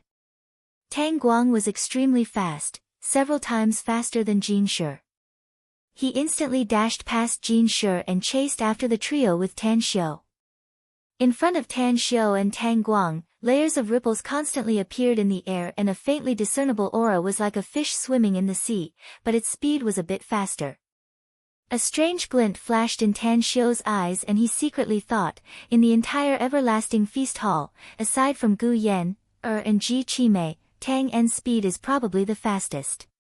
Even though I'm at the late stage of Golden Core and am proficient in countless escape arts, I'm still a bit inferior compared to Tang En who can use space. Sinquo, we suffered such a big loss to save you, so it's your turn to repay us now. Stay here and stop them. You'll be our brother as long as you don't die this time. Death Dhyana Buddhist master's heart was beating very fast. He could also vaguely sense a faint fluctuation in the air that was rapidly approaching them, so he guessed that it was the mysterious female assassin from before. Sinquo's expression drastically changed. He didn't expect that Death Dhyana Buddhist master would make such a request at this time. He knew very well that he would die today if he stayed to stop Tan Xiu and the others. I can't die. Even if I have to offend Death Dhyana Buddhist master and need his help to detoxify the poison in half a year, I can't stay here to die. As long as I can escape, I'll be able to find a place to hide. Of course, I can even escape back to the Dark Shaman clan if I have to. I believe that my father won't watch me get killed by Tan Xiu and Singluan. Chapter 971. Sinquo's intelligence was very high, and the moment he was in a life-and-death crisis, he would erupt with even greater power. Death Dhyana Buddhist master's betrayal made him furious, but he didn't lose his mind. His killing intent surged as he took out a roll of golden threads from his sleeve. Entangle. The golden threads unfolded and wrapped around Death Dhyana Buddhist master's ankles at lightning speed. After wrapping around his ankles in an instant, Sinquo pulled his arm and flung Death Dhyana Buddhist master backward as his expression changed drastically and his body fell to the ground. Almost in an instant, he had overtaken Death Dhyana Buddhist master's previous position, and his sprinting speed was even faster. Sinquo, you deserve to die. Death Dhyana Buddhist master was furious, and his heart was filled with endless remorse. He had come all the way here with his companions because he saw that Sinquo was a talent. He wanted to persuade Sinquo to join them. However, who would have thought that he'd have to sacrifice the lives of 6 of his companions to save Sinquo's life? Yet, at this very moment, Sinquo had actually attacked him again. Tan Xiu's lightning-fast figure appeared several tens of meters away from Death Dhyana Buddhist master. As the divine sword slashed down, Death Dhyana Buddhist master hastily dodged, but an immortal sword appeared out of thin air at his neck. Although the strike failed to tear his windpipe, it still tore open a bloody wound on his neck. Tang An was injured at the moment, but she didn't care about it. Because Tan Xiu had issued a death order, he absolutely could not let the Death Dhyana Buddhist master escape, so he once again entangled the Death Dhyana Buddhist master like a maggot attached to a bone. Even if every move couldn't destroy the world, it could still erupt with great power, making the Death Dhyana Buddhist master unable to fend for himself. Tan Xiu, there is no enmity between us. You don't have to force me, do you? Full of grievances, Death Dhyana Buddhist master roared furiously while dodging Tang An's storm-like attacks. He had experienced countless battles in his life, but he had never felt so vexed and frightened as he was right now. Tan Xiu hovered in the air and said in a heavy voice, Death Dhyana Buddhist master, there was no deep hatred between us before, but now there is. It was you who meddled in other people's business, that's why you ended up like this. We have to get rid of Xingquo's wild ambition. And you haven't forgotten what you said before, have you? Humph. I don't want to be remembered, so I can only be at ease if you die. Is there really no room for maneuver? Death Dhyana Buddhist master snapped. Don't force me, or I'll use a forbidden technique. Even if I die, I'll drag you down with me. As long as you're willing to let me go, you don't have to do anything. I'll definitely kill that damned Xingquo.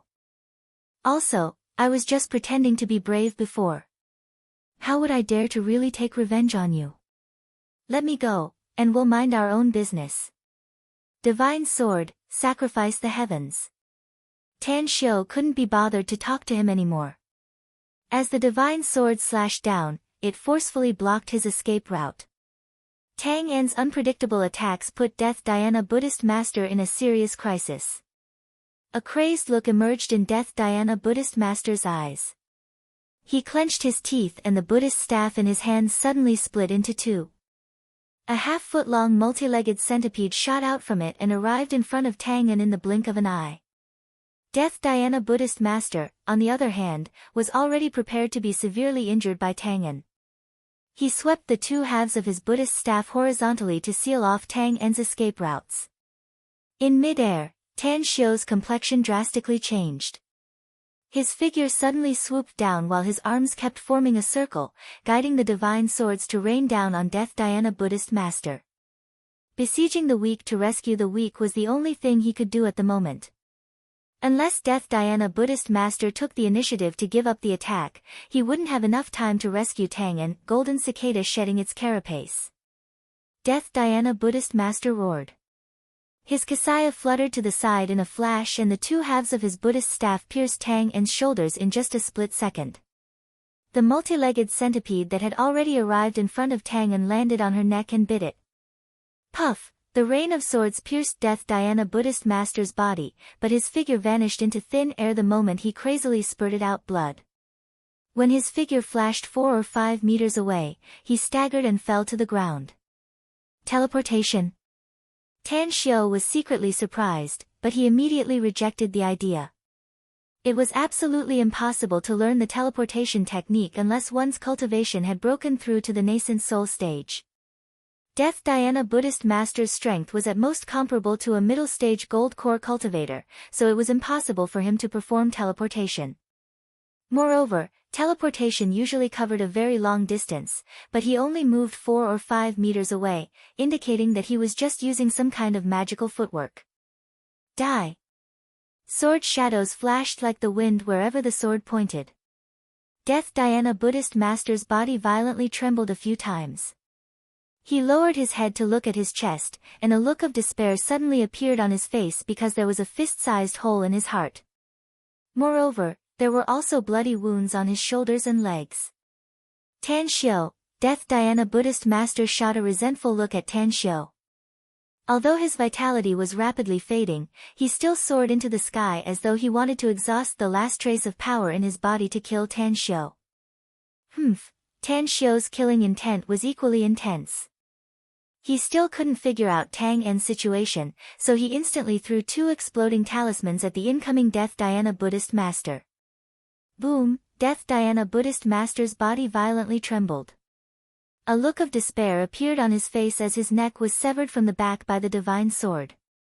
At this moment, a red light suddenly bloomed on the divine sword and a suction force was released, sucking the blood into the sword. At this moment, Tan Xiao could clearly feel that the power exuded by the divine sword had increased a lot compared to before. Moreover, his perception of the divine sword had also become stronger. After a few flashes, Tan Xiao appeared at Tang En's side. He saw that Tang En had taken out a dagger and killed the centipede. He reached out to support her, grabbed her wrist, and put his fingers on her pulse. Highly toxic. Tan Xiao's complexion slightly changed. He took out a few silver needles from his interspatial ring and instantly sealed several major acupoints on Tang En's neck. At the same time, his other hand quickly tore the black robe on Tang En's body. When her bare shoulders appeared in front of Tan Xiao had already inserted the last silver needle into the acupoints. He then pinched Tang En's shoulders with both hands and his fingernails instantly pierced into her flesh. Grand Master. Tang En was startled and a bit of panic could be seen in her eyes. Don't talk and don't circulate your energy, said Tan Xiao in a deep voice. That centipede's venom is very strong. The poison has already reached your shoulders in just a few seconds. I must expel it from your body. Tang En's restless heart finally calmed down after hearing it. She then nodded with a hint of shyness. Extract her blood and seal her veins. Tan Xiao pulled out his fingernails. As his hands slowly left Tang En's shoulders, blood was sucked out from his palms. The blood that was sucked out was black and carried a hint of stench. But after a few seconds, it turned red. Immediately after, Tan Xiao shook off the blood and reached out to press the back of Tang En's neck. As his fingers slid on her neck, several silver needles shot out and quietly floated around.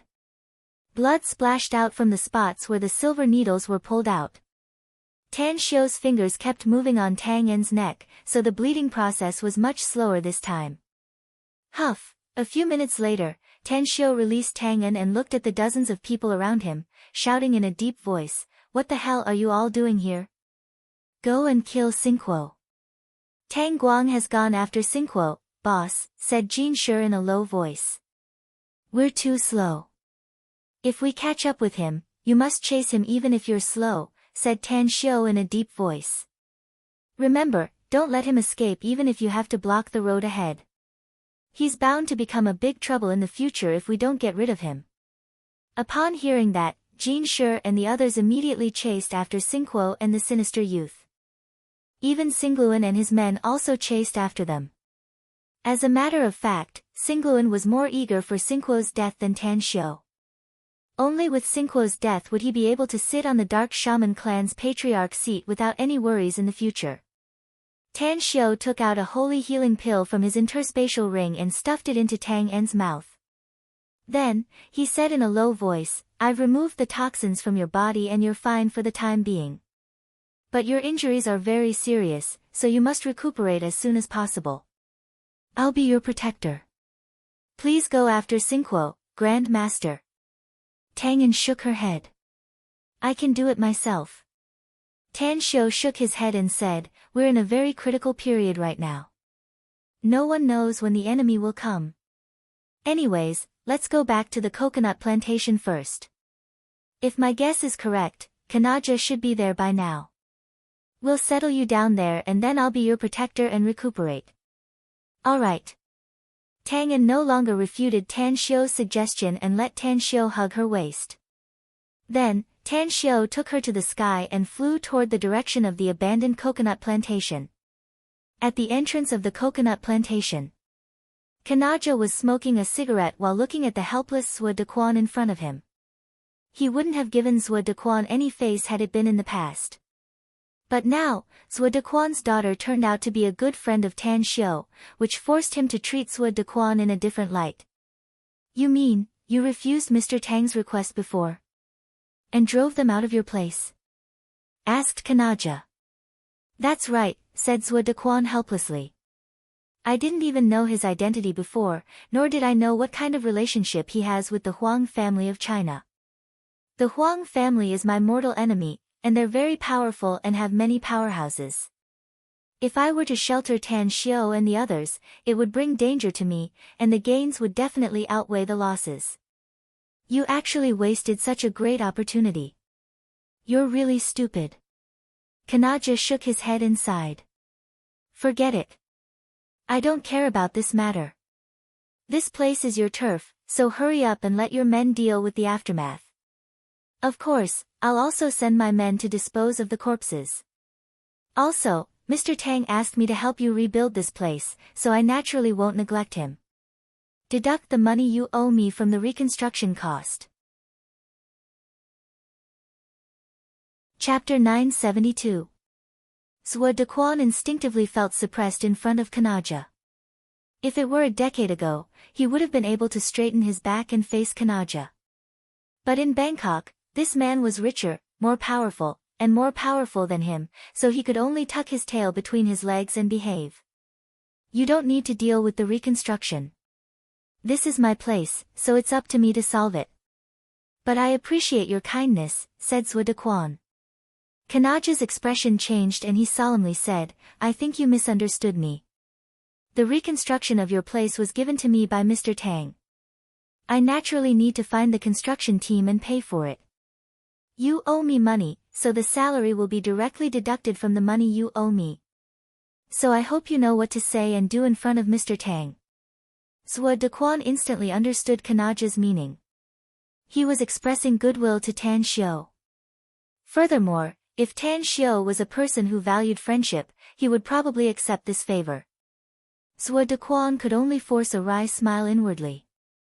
Nowadays, it was easy to repay money, but a favor was the most difficult to repay. As the saying goes, there was once an opportunity for Tan Xiao to owe him a favor, but he didn't cherish it. Only when he lost it did he regret it.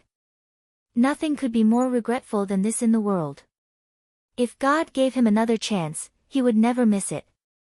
If he could add a foundation to this opportunity, he would definitely serve him with all his heart and soul, even treating him like an ancestor. With a bit of regret, Zhuo Dequan was about to speak when his expression suddenly shifted. He saw his daughter, Zhuo Qing, and two well-behaved grandsons escorted by several of his trusted men in the distance. Qing, Zhuo Dequan strode forward to greet her. Zhuo Qing was dumbfounded at the moment. Never in her wildest dreams did she expect that this place would turn into ruins not long after she left. Could it be, her father's guess was right? Tan Xiao really colluded with the Huangs and came here to retaliate? What the hell is going on, Dad? Asked Zhuo Qing with an ugly expression. What else could it be? Zhuo Dequan forced a wry smile. It's Tan Xiao. Sure enough. I'm really sorry, Dad, said Zhuo Qing bitterly. But Divine Dr. Tang is a well-known philanthropist in our country. I find it hard to believe that he would collude with the Huang family to harm us. Could there have been some misunderstanding? Zhuo Dequan stared blankly and looked at his daughter's bitter expression. He immediately let out a dry smile and said, There's indeed a big misunderstanding here, Qing, In fact, I misunderstood Mr. Tang. He didn't collude with the Huang family. I even believe what you said. He really helped me settle things with the Huang family. He can be considered as our family's benefactor. I said that this was caused by Mr. Tang because Mr. Tang's enemies had a conflict with him here. They had a fierce fight, and we were just affected by it. Zhuo Qing's eyes widened and she exclaimed, You mean? Divine Dr. Tang didn't mean to destroy this place, Dad? Instead, he was fighting the enemy. How is he now? Are you hurt? Qing, you don't need to ask so many questions in one go even if you care about Mr. Tang. Zhuo Dequan forced a wry smile. I don't know either. Thank you for your kindness, Miss Zhuo. I'm fine. Tan Xiao hugged Tang An and descended from the air and instantly appeared in front of everyone. He released Tang An's waist and supported her arm. Then, he smilingly said, I'm really sorry for making you like this, Mr. Zhuo. Don't worry, I will make it up to you. Zhuo Dequan hurriedly waved his hand and said, "No, no, no. It's all right. Mr. Tang, when you fight with the enemy, you don't mean to destroy my place." Saying. He suddenly thought of Kanaja and turned his head to look at him. What made his heart skip a beat was that Kanaja was looking at him with an unfriendly gaze.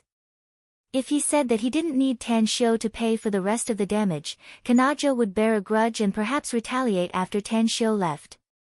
Tan Shio was keenly aware of the strange atmosphere between Zhuo Dequan and Kanaja. He faintly smiled and said, "I'll have to trouble you this time, Mr. Kanaja. Consider this, Tan Shio owes you a favor. Please don't hesitate to ask me if you need my help in the future." Kanaja had been waiting for Tan Shio's words. He was overjoyed inwardly and smilingly said, "You're being too polite, Mr. Tang. It's my honor to be able to serve you. You can rest assured that we've gathered all the corpses and will burn them later. Also, you ordered me to rebuild this place, so I'll contact the engineering team later to work overtime to rebuild this place as soon as possible. You don't need to worry about this place and just leave it to me. If that's the case, then I'll have to trouble you." Tan Shio nodded. "Remember to tell me how much you'll spend after you rebuild this place. I'll transfer the money directly to your account." No. You're a guest from afar, so how can I make you spend money?" Kanaja hurriedly said. "Mr. Tang, consider the cost of rebuilding this place as my gift to you." "That's right, I've also arranged this. I want to invite you to the colorful fallen petals tomorrow night. I wonder if you can do me the honor." The colorful fallen petals? Tan Shio recalled the liner on the Chao Phraya River. He heard that it was a paradise on earth. However, he had other things to deal with and didn't have the time for the time being, so he said, "You've seen the situation here today, Kanaja. Xingguo has escaped, but there's still a fish that escaped the net. Hence, I'm afraid I can't spare the time to accept your invitation for the time being. How about this? After we've dealt with all the enemies in Xingguo and Bangkok, I'll personally prepare a gift and visit you. You can have a meal anywhere you like at that time." Kanaja didn't feel dissatisfied with Tan Shio's refusal. Instead, he became more excited after hearing Tan Shio's words. He firmly nodded and said, "I'll clean the bed and wait for you, Mr. Tang, since you have something to do." Tan Shio said, "Everyone, please continue with your business. This grand disciple of mine is seriously injured and needs to find a quiet place to recuperate." Zhuo Dequan had been trying to find a way to express his goodwill to Tan Shio. Upon hearing his words, he immediately said, "My place has turned into ruins, Mr. Tang, but there's an underground warehouse inside. If you don't mind, you can recuperate in the underground warehouse." In a flash, several of Zhuo Dequan's men looked shocked, puzzled and worried. "If so, please lead the way." Tan Shio nodded. Zhuo Dequan complied and then gave some instructions to his trusted men. He then led Tan Shio and the others to the ruins. When they came to a collapsed building, a dozen strong men quickly cleaned up the surroundings and revealed a door leading to the underground. Kacha! The sound of the door was heard and a staircase leading downward slowly appeared in front of everyone. As Zhuo Dequan led everyone down, he explained, "This underground warehouse is actually a place where I store gold. It might be a bit messy inside, but there's a room that's very clean and well equipped with all kinds of furniture and appliances. I often come down here to think about some things."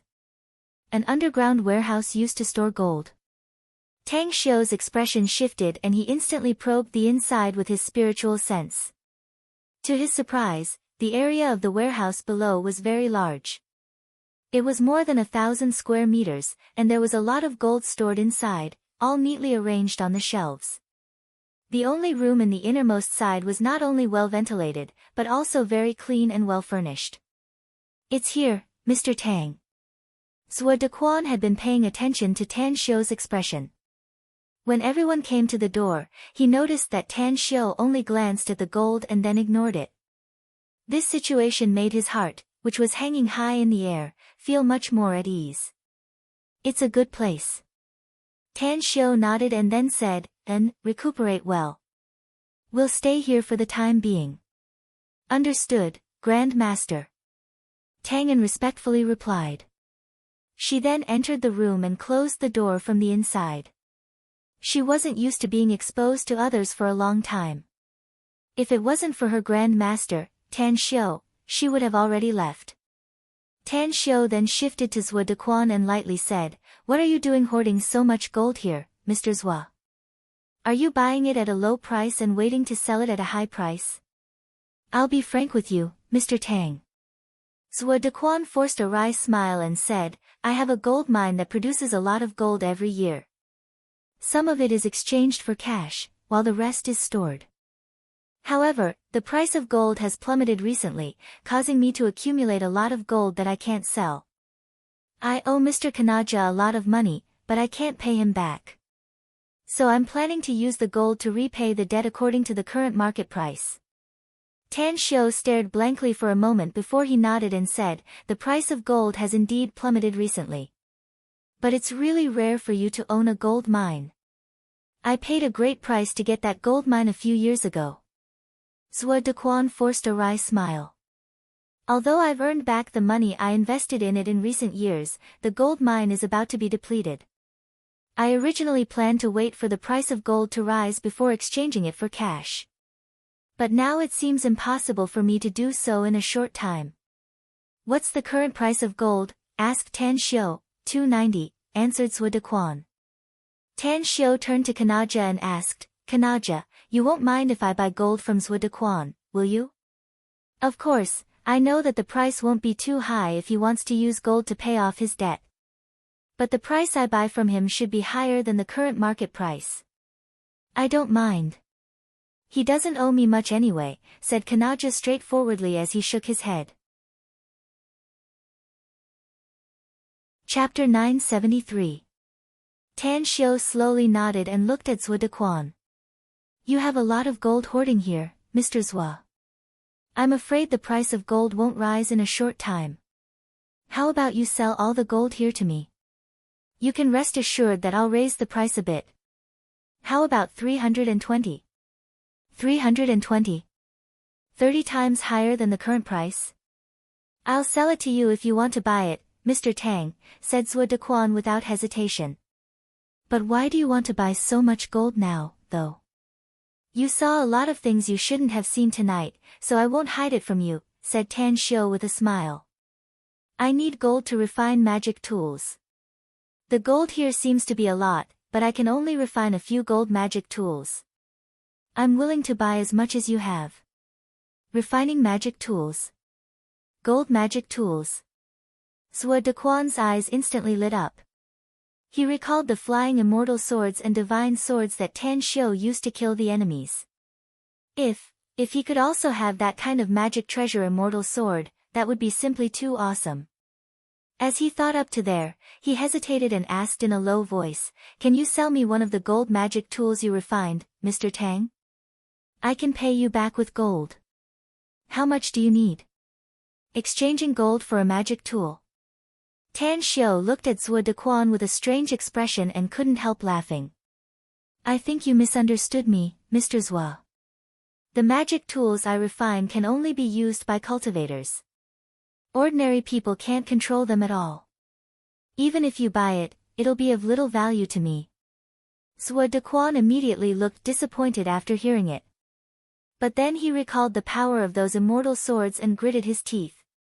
"I'll accept it even if it's of little value to me, Mr. Tang. At worst, I'll leave it to my descendants and make it the heirloom of my Zhuo family." Tan Xiu thought for a moment and then nodded with a smile. "If that's the case, then I can trade one with you after I refine it.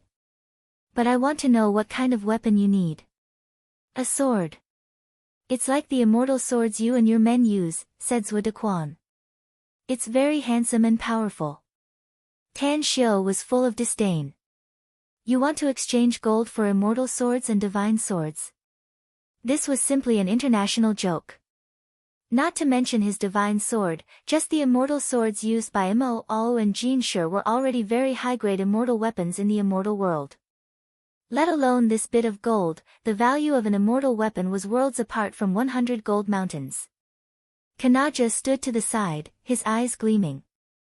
Although he hadn't seen the scene of the battle, he could tell that the coconut plantation had been destroyed with only cold weapons. The power of the battle was immense. Perhaps, it had the function of a magic tool. He was as cunning as a fox. These were the right words to describe Kanaja. At the moment when he was tempted, he said, "Mr. Tang, can you also sell me a magic tool? I am also willing to spend money to buy. You can also use gold to exchange. Give me a few days, and I'll be able to get more gold than this." The corners of Tan Shio's mouth curled up. He seemed to have seen a way to get rich. He nodded and said, "Kanaja, you also like them, so I'll give you one after I refine them. How about this? I'll stay in Bangkok for the time being while you and Mr. Zhuo find a way to get as much gold as possible. I'll give you some extra benefits if the gold you get can be measured in tons." Benefits? Kanaja and Zhuo Dequan exchanged glances and immediately nodded heavily. Whoosh! A figure flickered lightning fast from the outside and appeared in front of Tan Shio in the blink of an eye. With a bit of worry on his face, Shueisha respectfully reported, "We lost them, boss." Tan Shio's complexion changed and he asked in a deep voice, "You lost them? What about Tang Guang?" Tang Guang was about to catch up with them, but a group of people suddenly appeared. They may be very weak, but their defense is very strong. Xingguo and the other guy escaped after Tang Guang killed them all because they outnumbered him, said Shueisha. Tang Guang and Mo are now chasing after them, but the chances of catching them are very small. Clenching his fists, Tan Shio looked at Kanaja and said, "You're the local tyrant of Bangkok, and you have forces all over the city. Help me find Xingguo and the other guy. If your men can find them one step ahead of me, I'll talk to you about a bigger deal after I kill Xingguo. This deal is definitely the biggest opportunity you've ever encountered in your life." Kanaja's eyes lit up completely and he replied without hesitation, "I'll send my men to investigate them right away. I'll definitely find them even if I have to turn the entire city upside down." Tan Shio nodded and looked at Shueisha again, asking, "What about Xingluan? Where is he now?" "Xingluan is on his way back," answered Shueisha. "They're not as fast as me, so I came here first." It didn't take long. Xingluan came here with several of his trusted subordinates. The bitterness on his face was particularly intense when he appeared in front of Tang Shio. "I'm sorry, Mr. Tang." Tan Shio shook his head and said, "You don't need to apologize. Xingguo is our common enemy. I've asked Kanaja's help to kill him, so what we need to do now is to find them and kill them. Also, I think it's time for you to deal with your father." "We failed to kill Xingguo," said Xingluan hurriedly. "I'm afraid that if we touch my father now, what's there to be afraid of?" Tan Shio sneered. "Besides, your father's loyal subordinates, the shaman guards, have already gone back. They may have already told your father about our plan.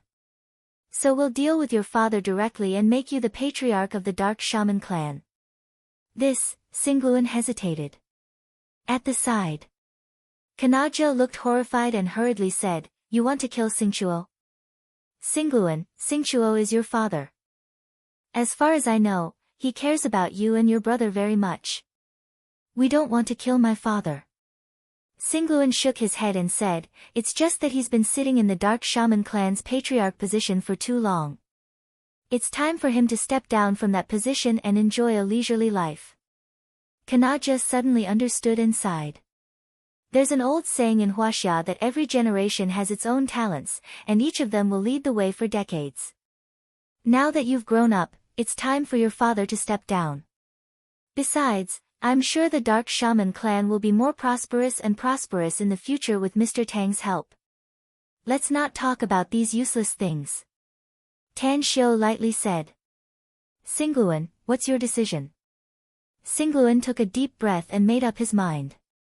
Then, he said in a deep voice, "Mr. Tang, since you think it's time for my father to step down, then let's do it.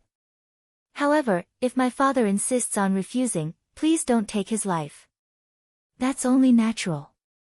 Tan Shio nodded. "Our purpose is very simple. We want you to become the patriarch of the Dark Shaman clan. It won't be a problem even if we don't kill anyone as long as you sit in that position. Singluan shot a grateful look at Tan Xiao and firmly nodded. My father has always been a wise man. He'll definitely agree. At the Dark Shaman clan's territory, Xingqiu stood quietly by the window, looking into the distance. He had been waiting for the news for a long time, but there was no news until now, which made him feel a bit restless. Huaxia. Cultivators. Xingqiu was well aware of how powerful cultivators were. The magical arts and divine abilities they mastered were simply invincible. He had fought with several cultivators in the past. Although he didn't suffer a loss, he didn't gain any advantage either. Are you nervous? An old voice suddenly sounded from behind Xingqiu. Then, an old man with a stooped back and a wizened face appeared out of thin air behind Xingqiu. Xingqiu turned his head and forced a smile. Aren't you asking the obvious, father? Big brother wanted to sit on the patriarch's seat in the past, and you're well aware of the struggle between us. Do you think you wouldn't be worried if we really fought at that time? The old man slowly nodded and sighed. You're right. But the children and grandchildren have their own blessings. The law of this world is that the strong get the upper hand and the losers have to accept the consequences. Xingqiu is brave and resourceful. He's definitely the most suitable candidate to be the patriarch. Even if Xingluan has the help of those cultivators from Huaxia, I'm afraid he won't be able to make much waves. You, just put your heart at ease. You fought cultivators before, father. Xingqiu shook his head and said, you know how powerful they are. Those cultivators who appeared around Xingluan this time are very young, but I'm afraid that there are some monstrous geniuses among them. The old man thought for a while and then nodded.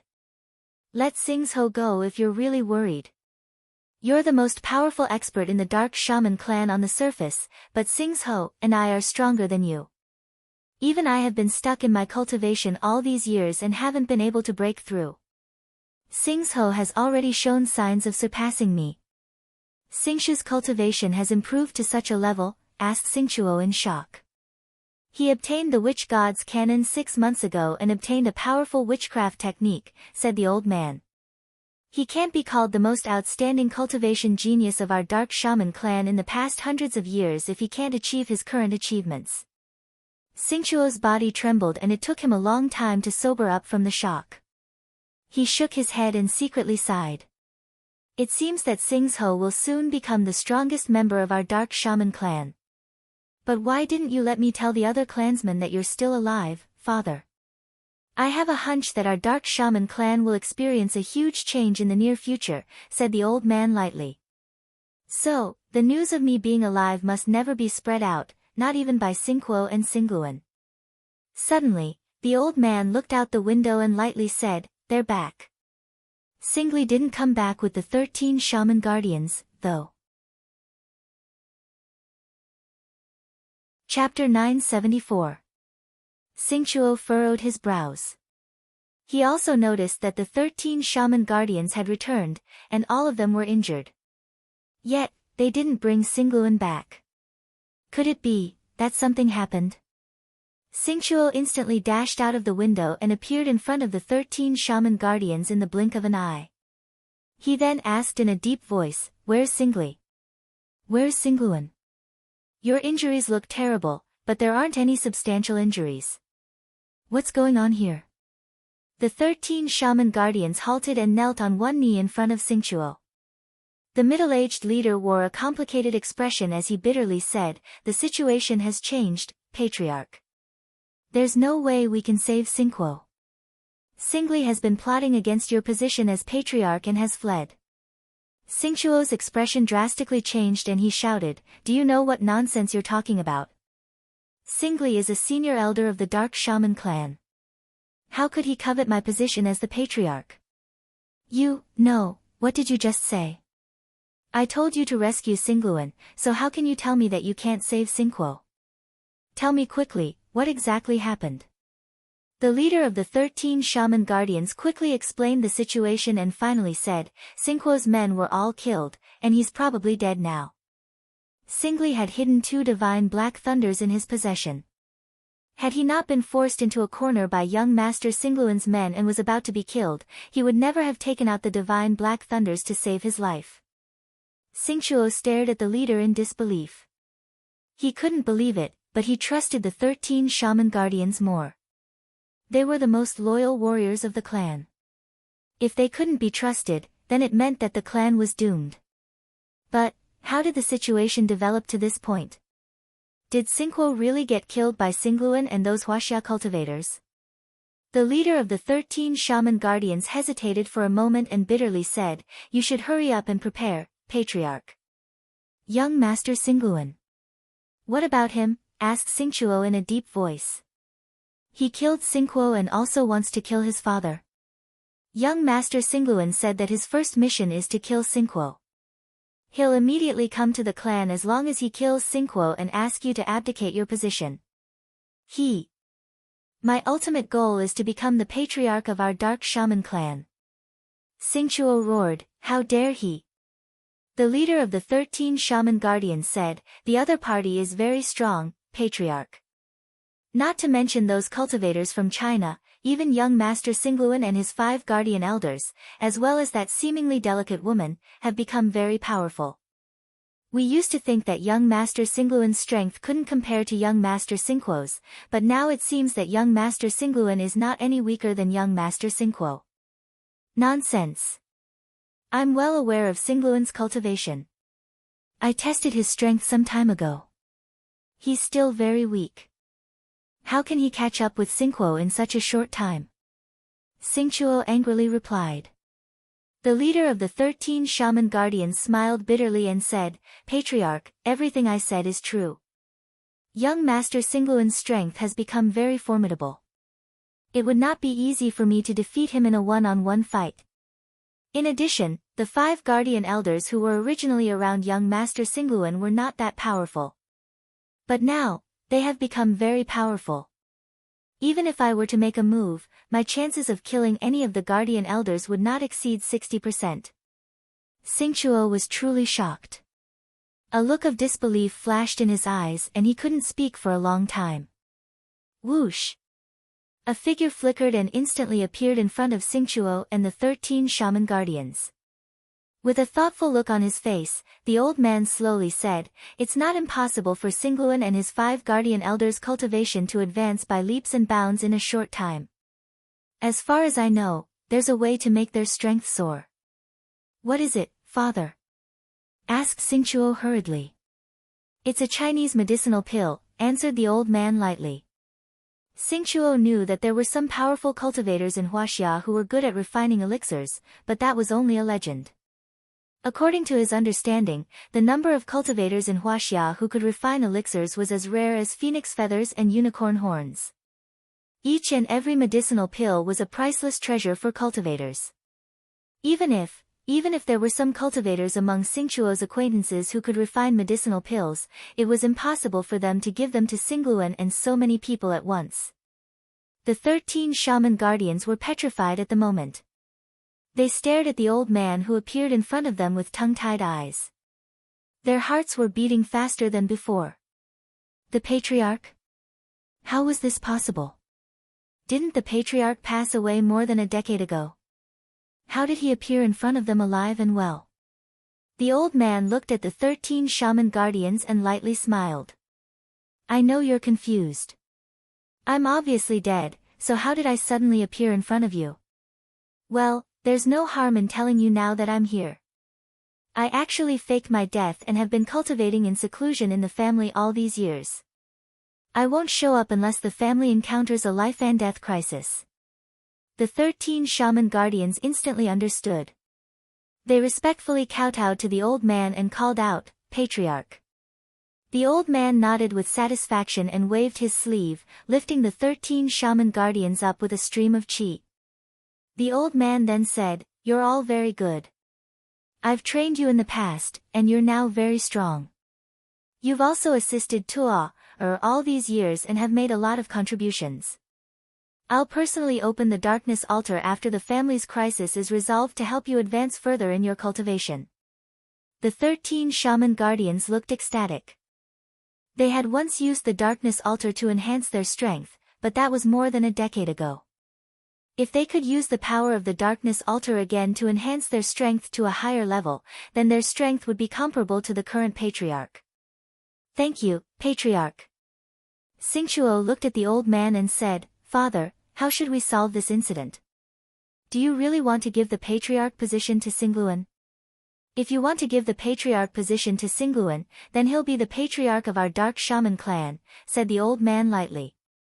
But if he forcibly takes it, it'll be considered a treason and a heinous crime. Xingqiu slowly nodded and said, I understand what you mean, Father. You can rest assured. I'll immediately make preparations. If Xingluan continues to work hard, I'll pass the patriarch position to him in the future. But if he dares to usurp the throne, I'll eliminate this scourge even if he's my own son. After a while, a large number of dark shaman clansmen immediately returned to the clan after receiving the patriarch's order. Therefore, even the members of the clan all over the world put down their work and hurried to the dark shaman clan's territory in Bangkok. Near the coconut plantation ruins, Xingluan received a message and his expression suddenly changed. Tan Xiu, who was nearby, immediately asked after seeing his unusual expression, what happened? It should be the 13 shaman guardians who told my father that I want to usurp the patriarch's position. My father has issued an order for all the dark shaman clan's clansmen outside to return at once. But I didn't receive any news, and neither did my subordinates. It seems your father has begun to guard against you. Tan Xiu sighed. Xingluan, I'm afraid you'll have to face the entire dark shaman clan if we don't speed up. Let's head to the dark shaman clan's territory now, Mr. Tang, said Xingluan. My father has no intention to pass the patriarch position to me, so we'll use force. Tan Xiu nodded and said, if that's the case, then let's go. Jin Shi, you stay here and protect Tang and make sure she's safe and sound. I won't let anyone disturb Tang En's recuperation unless I die, said Jin Shi respectfully. No need. Suddenly, a hazy figure flashed from the distance and instantly appeared in front of them. Tang En was still dressed in a black robe with a bronze mask on her face and pitch-black gloves on her hands. After looking at Tan Xiu, she respectfully said, Grand Master, my injuries are almost healed. I'm sure I'll be better by the time we arrive at the Dark Shaman clan's territory if I continue to recuperate on the way. Are you sure you're all right? Asked Tan Xiu. I'm really fine, said Tang En, it won't affect me much even if we have to fight again. Besides, I'm good at sneak attacks, so I'll leave the frontal combat to you. If that's the case, then let's hit the road together. Tan Xiu nodded. Quickly. More than a dozen cars quickly headed toward the Dark Shaman clan's territory. These cars were borrowed by Tan Xiu from Kanaja and Zhuo Dequan. The purpose was to buy more time and make it easier for them to move. Half an hour later. As more than a dozen cars bypassed the downtown area of Bangkok and drove on the wide highway, a figure flashed lightning fast from a distance. As the car door opened and closed, Tang Guang was already sitting next to Tan Xiu. How is it? You didn't find him? Tan Xiu turned to look at Tang Guang and lightly asked. I didn't find him, said Tang Guang with a forced smile. Xingluan is very good at escaping, and that young man who ran away with him is also quite capable. Initially, I managed to track them down quite a few times, but in the end, I still lost track of them as I chased after them. The number of enemies we've provoked recently is quite a lot. Tan Xiu sneered. It seems that we need to take some precautions after we return to the country. Tang Guang, there's something I need you to do after Xingluan takes the Dark Shaman clan's patriarch seat. Please instruct me, Grand Master, said Tang Guang respectfully. I'm going to send you to Japan to secretly help Kawako take full control of the Yamamoto clan, said Tan Xiu lightly. Also, help her train a group of powerful experts to fight against the enemy in the future. It's also a good choice for the Japanese to be the vanguard. Chapter 975. Dark clouds dominated the sky. Even though it was sunrise in the east, the world of Bangkok was still filled with darkness. The rolling thunder seemed to come from the 9 heavens, and the oppressive feeling of an approaching storm made everyone's hearts heavy. The smell of blood. It was as if it was still shrouding the tip of his nose. The indistinct killing intent caused a chill to appear on the hot summer day. Tan Shio sat quietly in the car, but his mind was filled with countless thoughts. The great Tao was heartless, but he had feelings. Unfortunately, if he wanted to obtain more, if he wanted to go further and higher, he had to be cruel and merciless towards his enemies. Dark Shaman Clan. Tan Shio rested his fingers on his thighs as he pondered how to deal with Xingchuo, the head of the family. According to the information he got from Xingluan, he knew that Xingchuo was a very powerful witchcraft cultivator and was even known as the #1 expert of the Dark Shaman Clan. Tan Shio wasn't afraid of Xingchuo in a head-on confrontation, but he didn't want to completely eradicate the Dark Shaman Clan this time. He just wanted to make Xingluan the patriarch of the clan. Moreover, Xingluan was reluctant to kill his father out of consideration for their father-son relationship. Therefore, he could only think of another way to make Xingchuo give up his position as the patriarch of the Dark Shaman Clan. That's the best. They could win without shedding blood. Tan Shio slowly looked up. His eyes shifted from Tang Guang next to him to Mo Ao in the front seat, and then shifted to Jin Shi who was driving. After a few minutes of silence, he asked indifferently, "Do you have any good ideas to deal with the Dark Shaman Clan's patriarch?" "Just capture the Dark Shaman Clan's patriarch, boss," said Mo Ao coldly from the co-pilot's seat. "Don't show any mercy if he dares to resist. Blades and swords have no eyes. I believe Xingluan won't be able to say anything if he is killed in a conflict." Tan Shio asked, "What about you two?" "I agree with Alla's idea," said Jin Shi without looking back. "As long as we're strong enough, we can force the current patriarch of the Dark Shaman Clan to abdicate. Xingluan is his biological son, so it's only natural for him to inherit the position of patriarch. Those who obey me will prosper, and those who oppose me will perish. What Xingluan cares about the most is the position of the patriarch." Tang Guang glanced at Tan Shio and slowly said, "I think it's best not to kill the current patriarch of the Dark Shaman Clan if possible. Xingluan and we are only in a cooperative relationship. If we kill his father this time, even if we do it for his own good, I'm afraid he will have a grudge in his heart. He won't dare to go against us if the Dark Shaman Clan he controls is weak, but if the Dark Shaman Clan becomes strong, I'm afraid he'll have second thoughts." Tan Shio said, "Tell me the solution." "I suggest outsmarting him," said Tang Guang. "The best way is to control the current patriarch of the Dark Shaman Clan. As long as we can control his life, we don't have to worry about him not abdicating his position." A smile appeared on the corner of Tan Shio's mouth and he asked again, "Tell me, how are we going to control the life of the current patriarch of the Dark Shaman Clan?" "If I remember correctly, boss, you seem to have used some means to control Kawako Yamamoto of Japan," said Tang Guang. "If you can use this method to control the current patriarch of the Dark Shaman Clan, even if Xingluan becomes the next patriarch, it's tantamount to burying a nail in the Dark Shaman Clan. If Xingluan is disloyal to us in the future, we can just let his father replace him." "That's a good idea, but the method I used on Kawako is very difficult to use on the current patriarch of the Dark Shaman Clan." Tan Shio shook his head. It was the soul-controlling spell. There were 2 prerequisites for using this divine technique to control others. First, one had to suppress the other party with formidable strength that could easily tear apart the other party's mind and directly cast it in an overbearing manner. However, using this divine technique would at least be much more powerful than the other party.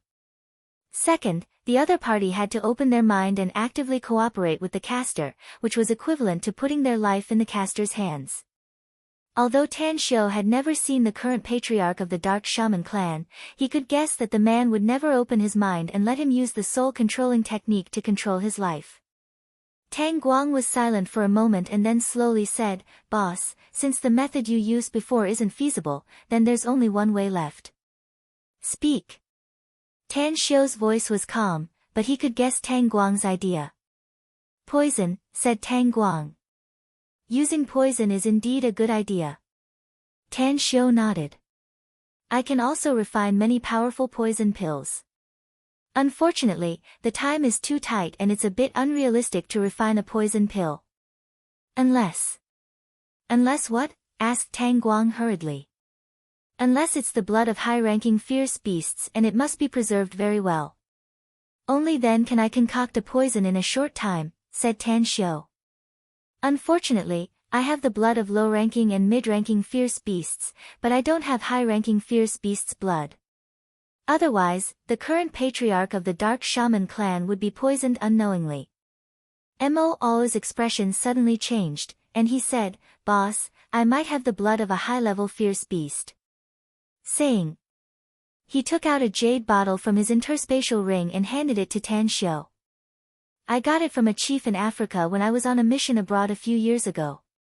According to the chieftain, this blood came from a divine beast, and their ancestors had spent a lot of effort to obtain it. Also, this blood can nurture blood energy and increase the bodily functions of normal people. Awen and I have used this blood before, and it has brought us many benefits. Tan Xiu's expression moved. After taking the jade bottle, he opened the lid and sniffed it.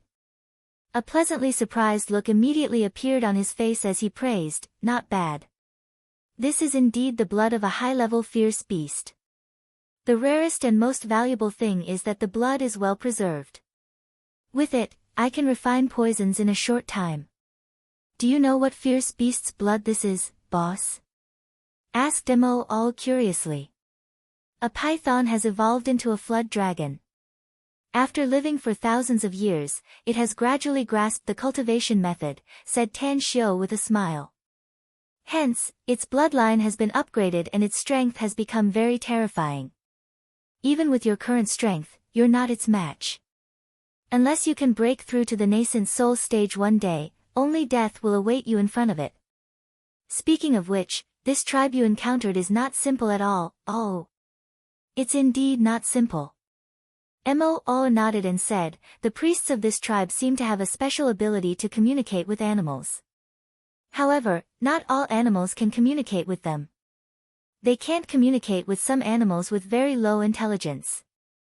I know a type of people called beast tamers, said Tan Xiu.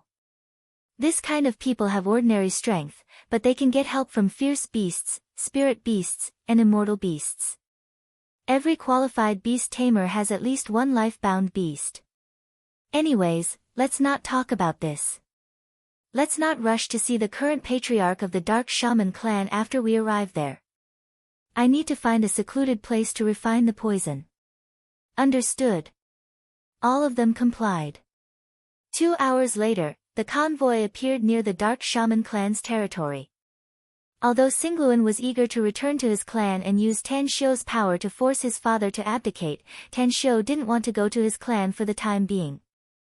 Thus, he could only suppress the dissatisfaction in his heart and wait quietly in the car. How long will it take?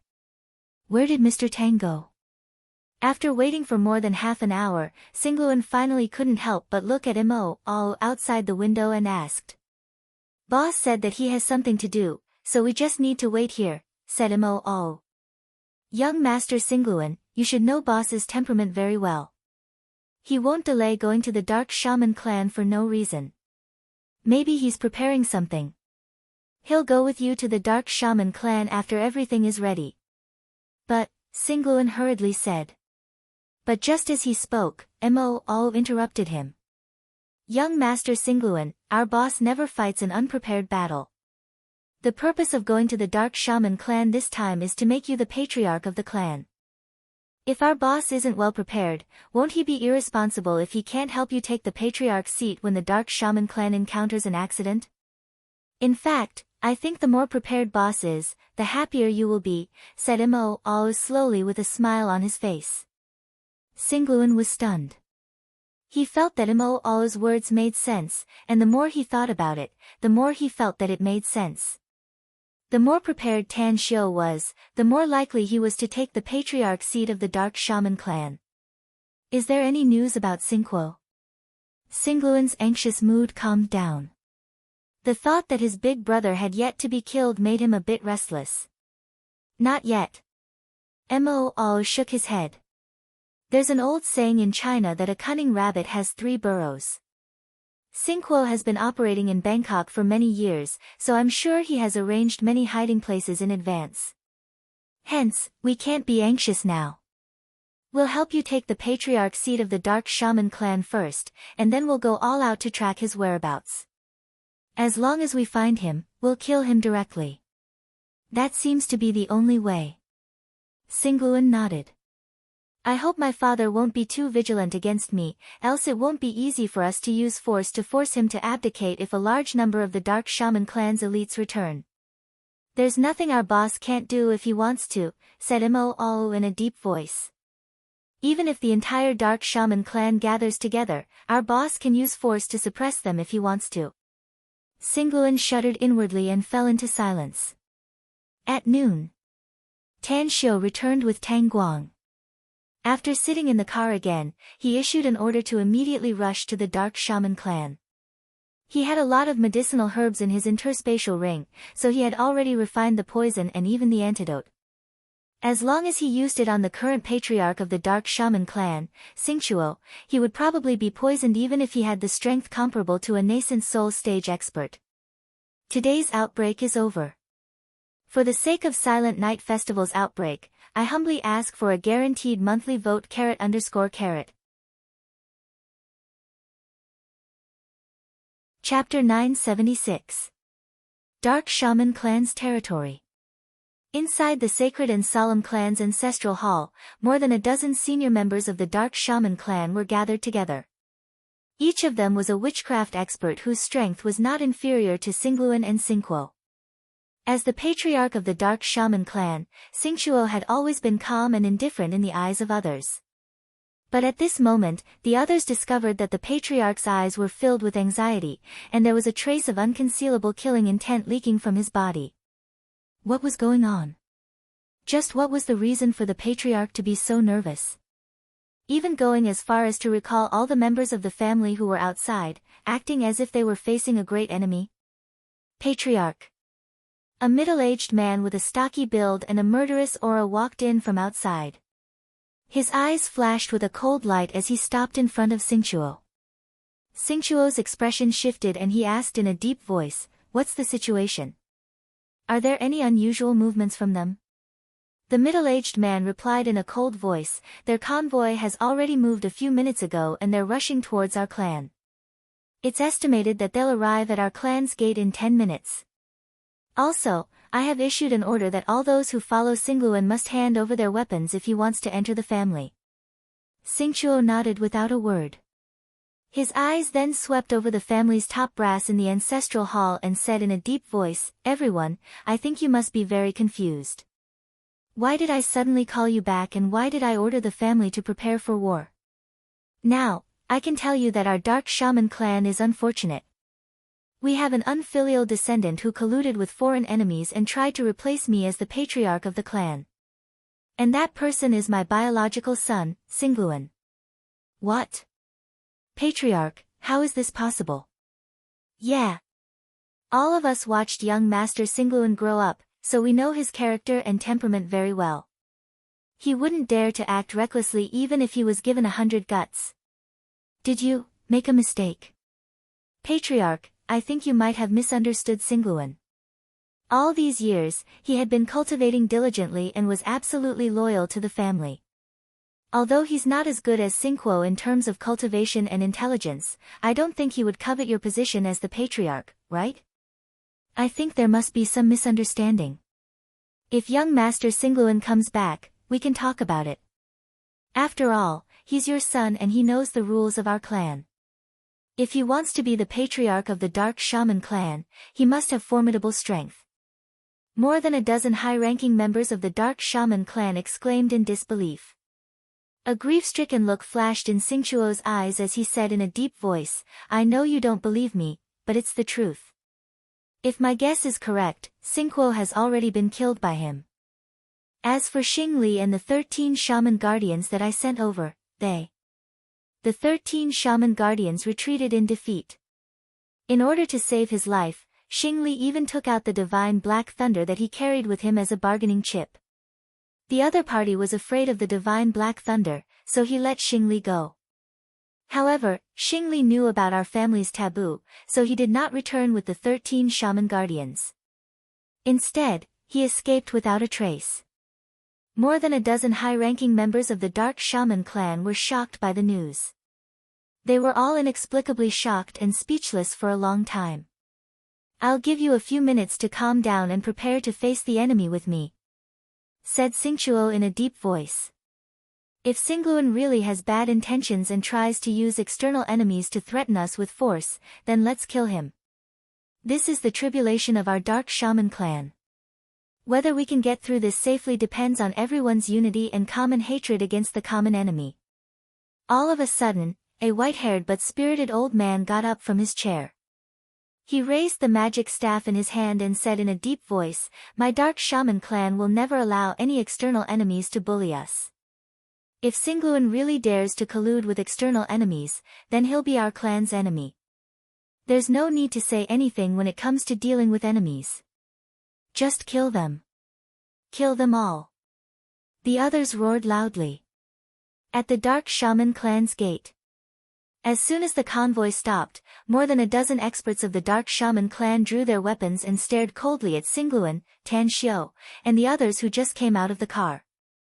Below the gate, 13 shaman guardians were waiting in formation, glaring at Tan Xiu, Xingluan, and the others like tigers watching their prey. "Stop right there." The stocky astral beast looked like a ferocious beast from the great desolate Aeon. It held a saber in its hand, and its bell-sized eyes radiated dense killing intent as it roared. Fear flashed in Xingluan's eyes the moment he saw Xingluan. There were only two people he feared in the entire Dark Shaman clan. One was his father, Xingchuo, and the other was Xingluan. It was because everyone in the clan knew that Xingluan was the most outstanding cultivation genius of the clan in the last hundreds of years. His cultivation was close to that of the clan's #1 expert, his father. Furthermore, Xingluan had a very rough character and a wild nature was ingrained in his bones. He was not afraid of the heavens or the earth. Even his father, the patriarch, was not afraid of Xingluan. Of course, he was absolutely loyal to the Dark Shaman clan and also respected his father, Xingchuo. In a low voice, Xingluan told Tan Xiu about Xingluan's situation.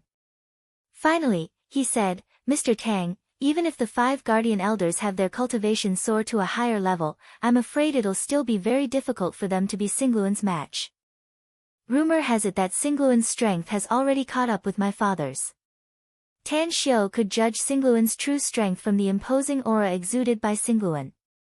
It should be comparable to a golden core stage cultivator, and he might not be inferior to Tang Guang. However, Tang Guang was not the only one who came to the Dark Shaman clan this time. Not to mention Tang An, who was hiding in the dark, Tang Xiu himself could kill this Xingluan. "Tell him to scram or I'll kill him without mercy." Tan Xiu was filled with murderous intent towards Xingluan. Xingluan was not that old and was definitely not more than 10 years older than him. The fact that he possessed such formidable strength at such a young age indicated that his cultivation talent was definitely not bad. If he were to let such a person live and help Xingchuo in the future, it was very likely that the Dark Shaman clan would become stronger. The reason why he helped Xingluan was for a deal. In case the Dark Shaman clan under Xingluan's control became more and more powerful in the future, it was very likely that Xingluan would no longer respect him and might even harbor disloyalty. Xingluan recalled how powerful Tan Xiu and the others were. He immediately became more resolute and took a few steps forward. He then stared straight at Xingluan and shouted, "Xingluan, take your men and scram. The Dark Shaman clan is my home. Do you think this young master needs your permission to go home? The patriarch has decreed that non-members of the Dark Shaman clan are not allowed to enter the clan's land. Even members of the clan must hand over their weapons when they enter the clan. Xingluan, I won't stop you since you're the second young master of the Dark Shaman clan. But those who are not from our clan are not allowed to enter. Also, hand over your weapons. The patriarch is waiting for you inside." Tan Xiu came to Xingluan's side and looked at the murderous Xingluan. He then coldly snorted and said, you're very strong, but it's not like I can't kill you. I'm perfectly aware of how powerful your dark shaman clan is. It's a piece of cake for me to annihilate you if I want to. So don't be a mantis trying to stop a chariot and get out of my way. Else, I don't mind killing you first. Shut up, foreign enemy. Singluan shouted. You refuse a toast only to be forced to drink a forfeit.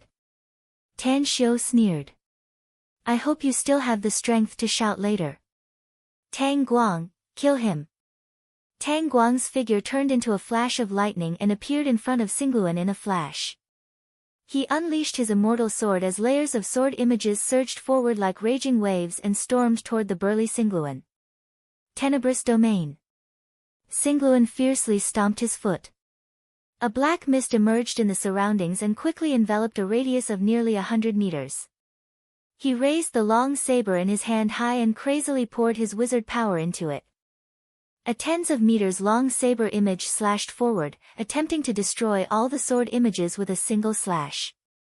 Boom! The collision of the immortal sword and the long saber created a huge flame.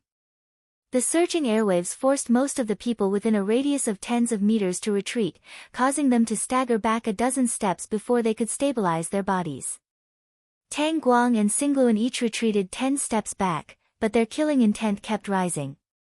A formidable enemy. This was the truest portrayal of the two men's hearts, but it also aroused their desire to kill. At this moment, Tang Guang even shouted, "He's my enemy alone. I must slay him with my sword today." Standing not far away, Tan Xiu's primal chaos force surged around him and forced back all the black mist within a radius of 4 to 5 meters. At this moment, a barely discernible voice reached his ears. "Should I act, Grand Master?" Tan Xiu was silent for a moment and replied, "Our purpose is very simple. Kill the enemy. I'll naturally arrange an opponent for Tang Guang later if he wants one, but not now." "I understand." Tangan replied and didn't move again. Exquisite sword moves, endless magical attacks, coupled with Tang Guang's strength at the mid-stage of Golden Core, the explosive power was so strong that even the Dark Shaman clan's gate was blasted down by the aftermath. Singluan's moves, on the other hand, were very simple, but they were all aimed at the vital points. Coupled with the darkness domain he cast, it caused a certain hindrance to Tang Guang, so the two men were evenly matched in the fight. Heart-piercing 1,000 arrows. Kill. Tang Guang's body rose from the ground and his immortal sword unleashed tens of meters of sword light that fell from the sky. Sand and pebbles were blown into the air, and some of the soil and stones even formed into swords as they slashed toward Singluan. Singluan's expression was unprecedentedly solemn. He kept brandishing his long saber and unleashed a burst of extremely powerful saber images. He firmly believed in the saying that only the brave would win when enemies meet on a narrow path. He wasn't afraid of death and was instead looking forward to this kind of life and death battle to hone himself. I'll continue with 4 chapters today. Please support me with a guaranteed monthly ticket. Please pay attention to my ID. Chapter 977. You're the one who's going to die today. Xing Shou bellowed angrily and his body also rose from the ground. The black mist churned ceaselessly as black saber shadows were formed in the mist and clashed with the sword light. Who is it? Suddenly, Xing Shou's expression changed drastically.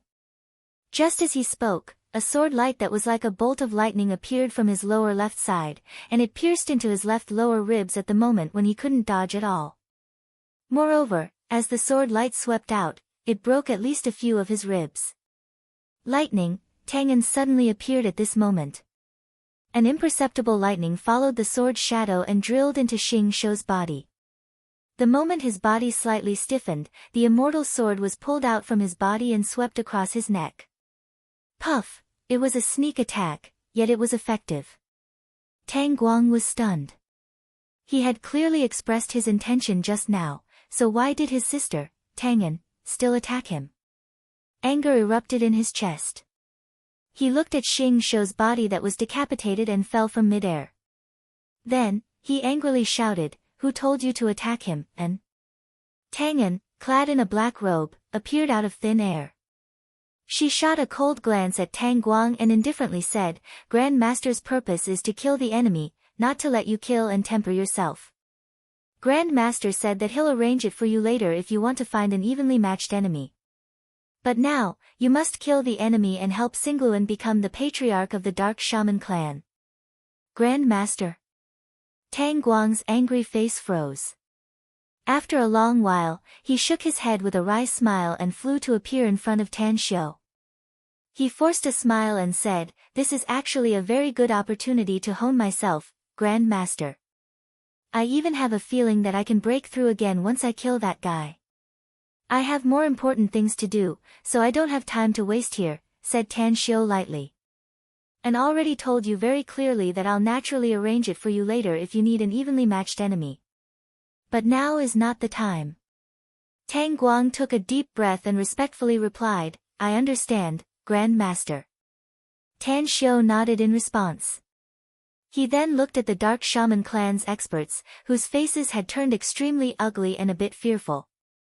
Then, he said in a deep voice, 13 Shaman Guardians, you should be aware of our strength. You can't stop us with just these people.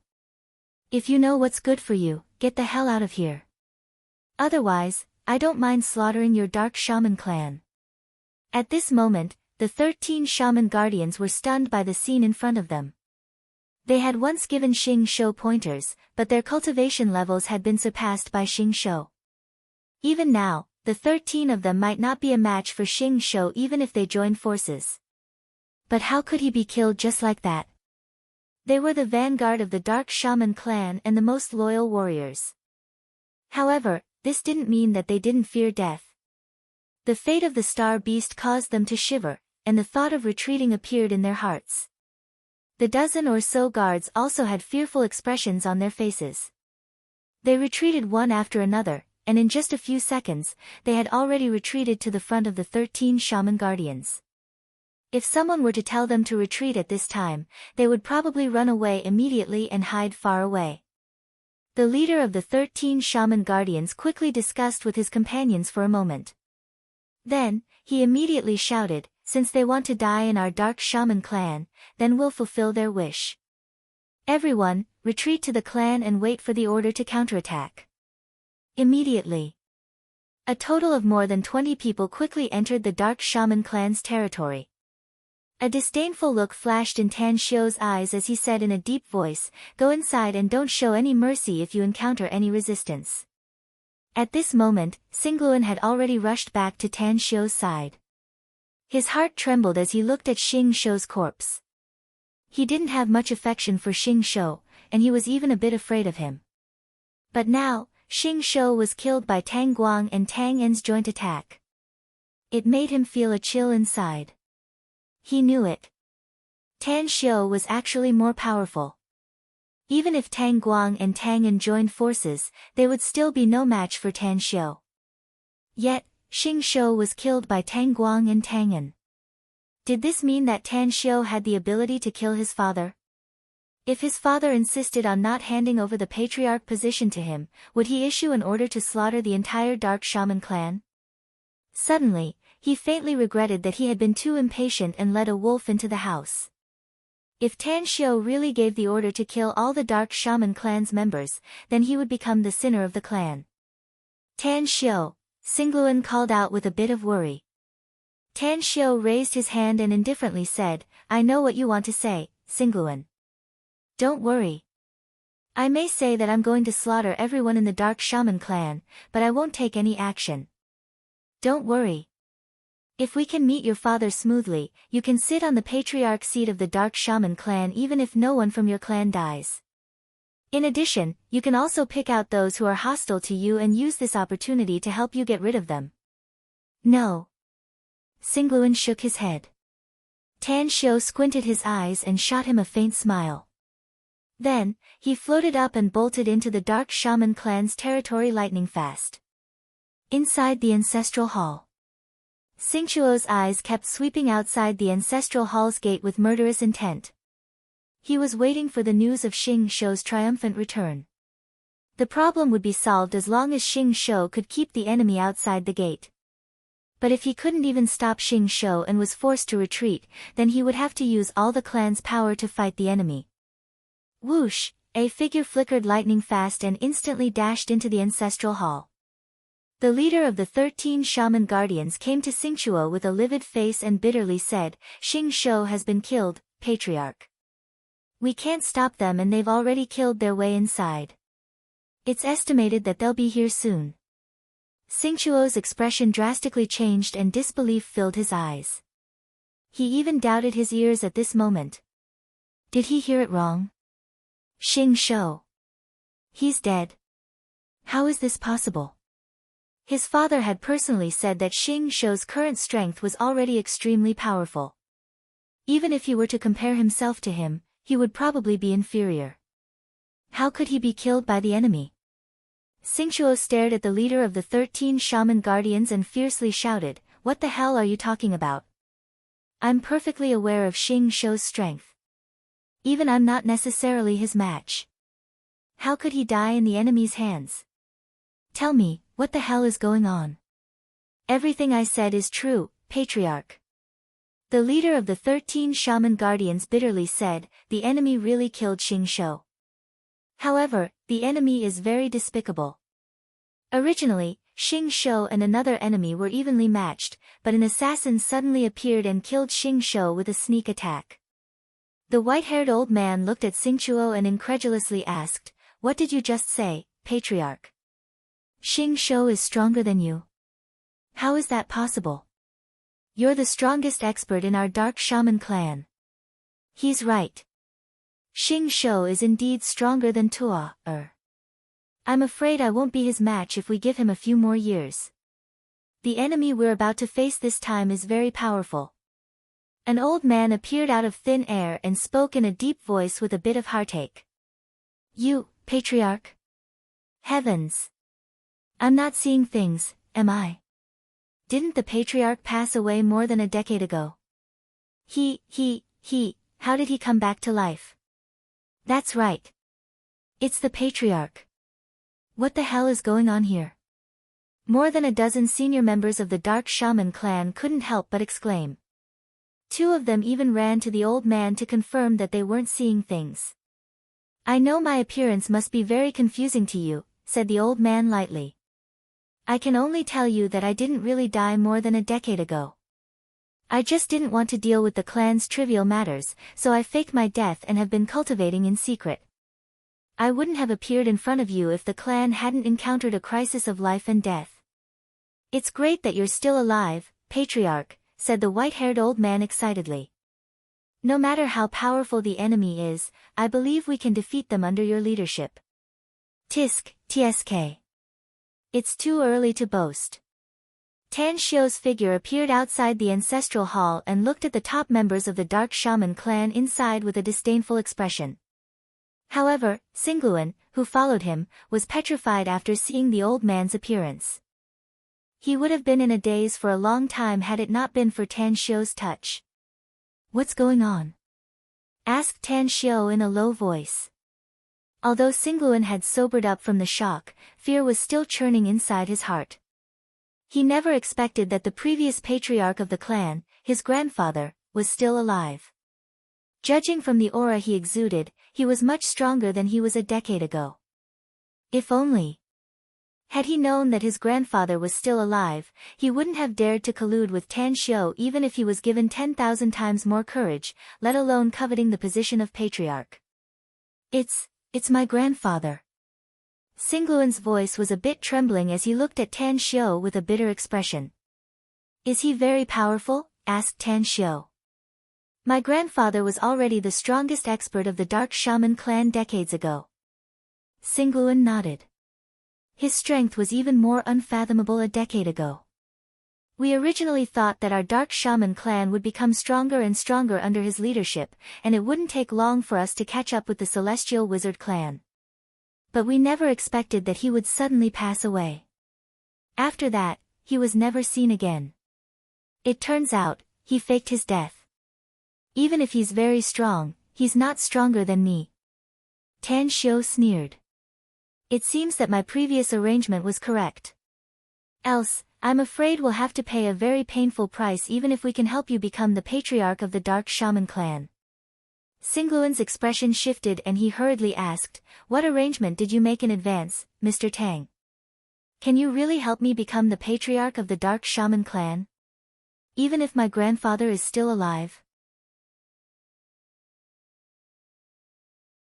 Chapter 978. Tan Xiao moved his fingers and a small jade bottle appeared in his palm. He then wrapped his thought around the bottle's mouth and the lid was instantly pulled open. A colorless and odorless gas floated out of the bottle's mouth. Tan Xiao wrapped it with his power and then floated towards Xingchuo and the old man. All of this was done very secretly. Not to mention Xingchuo and the old man in the ancestral hall, even Singluan didn't notice it. "I want to know who's in charge of the Dark Shaman clan now." Tan Xiao looked at Xingchuo and the old man with a playful expression. "Tua, is the patriarch of the Dark Shaman clan, so he's naturally in charge," said the old man indifferently. "Well, it's much easier since there's a patriarch now." Tan Xiao nodded. "Xingchuo, is it? The current patriarch of the Dark Shaman clan?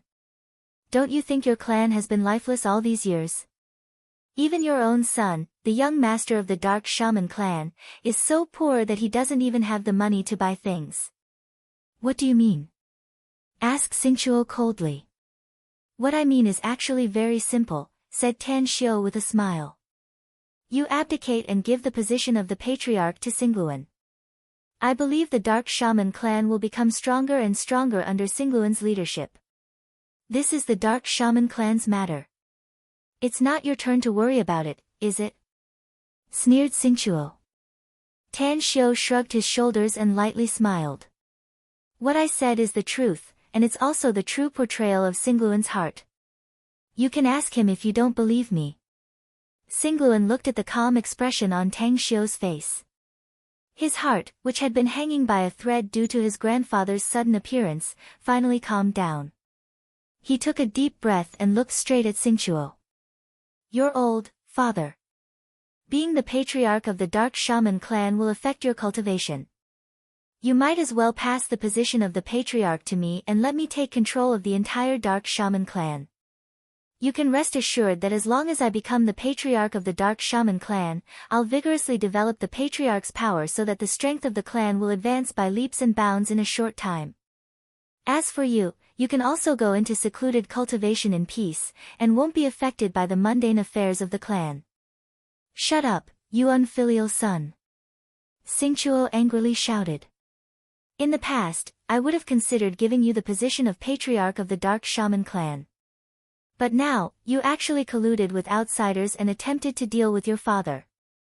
People like you don't deserve to be the patriarch of the Dark Shaman clan. You don't even deserve to be a member of the clan." Singluan's face turned cold and he said in a deep voice, "Father, do you mean you don't want to hand over the patriarch position to me? Do you know that Xingguo is going to die soon? Other than me, you don't have a second son to pass the throne to." Xingchuo's eyes gleamed and he asked in a deep voice, "So, Xingguo is still alive?" "He's indeed alive, but he's not far from death," snorted Singluan coldly. "Where is Xingguo?" asked Xingchuo in a deep voice. "You still care about your eldest son?" Singluan angrily retorted. "Ha ha ha. I already knew that you're biased, but I didn't expect you to be this biased. Xingguo has been suppressing me all these years, to the point that I can't even breathe. Besides, I'm afraid he'll attack me for the patriarch position. But not only did you not help me, you even helped Xingguo. I'm very disappointed in you. Xingguo is courageous and resourceful.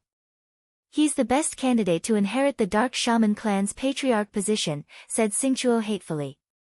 "But you can't compare with him, so I can only choose the best one. But I don't want you to die. I knew that you and Xingguo were going to fight to the death, so I sent Xingli and the 13 shaman guardians to protect you in secret." Tan Xiao patted Singluan's shoulder and lightly said, "There's nothing more to say now that things have come to this.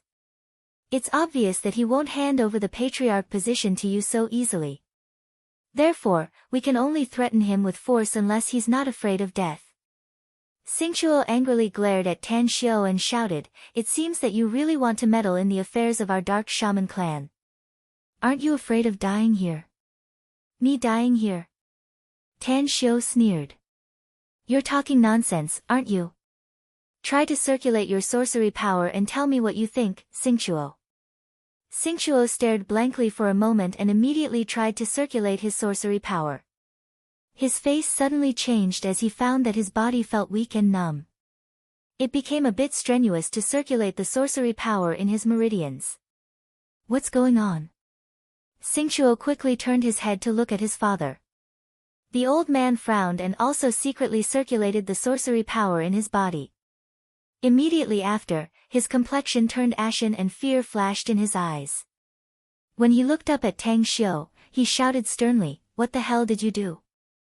"Why?" Tan Xiu interrupted him and grinned, "Why do you feel that it's a bit strenuous to circulate the sorcery power in your body? Why do you feel that your body is numb?" Alright. I'm someone who likes to help others achieve their goals, so I'll satisfy your curiosity. I've already secretly poisoned you when we came here. Everyone in the ancestral hall has been poisoned, and no one in this world can give you the antidote except for me. God damn it. The old man's expression drastically changed and he instantly lunged at Tan Xiu. Tan Xiu grabbed Xingluan's shoulder and retreated dozens of meters in an instant. Then, he laughed aloud and said, "But I advise you to hurry up if you want to fight me. The more time passes, the more strenuous it will be for you to circulate your sorcery power and the more intense the numbness in your body will be. Of course, you must also be prepared. If you really want to fight with us, I'll kill all of you after your strength is greatly damaged. That way, I'll help Xingluan cultivate another batch of sorcery cultivators. Get back." Tang Guang suddenly appeared in front of Tan Xiu and fiercely slashed his immortal sword, causing the old man's heartbeat to accelerate. Just as he was about to dodge, another immortal sword silently appeared in front of him. Although it didn't seem to be very powerful, it was too fast and extremely tricky.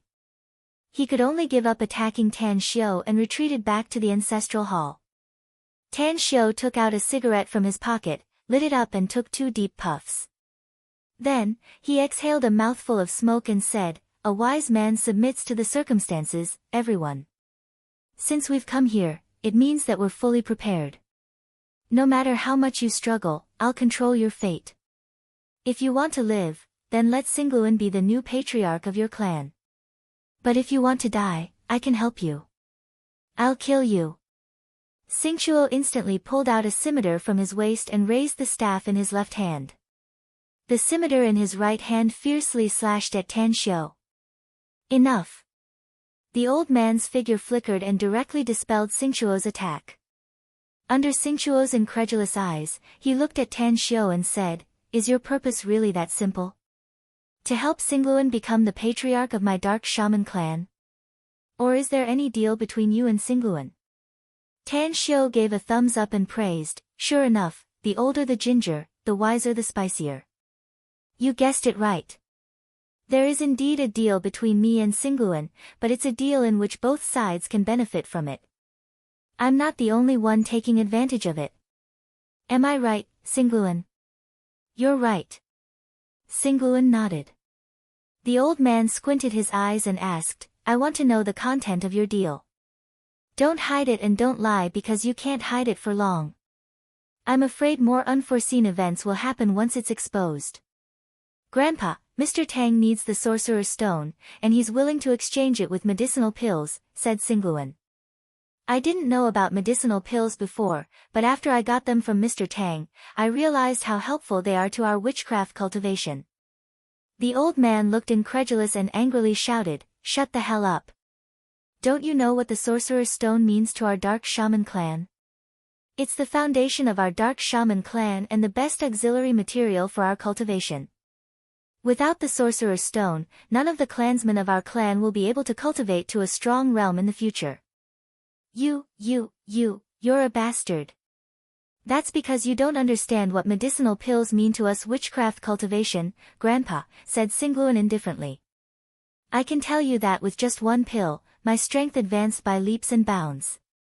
In just a few short days, I advanced by a whole realm.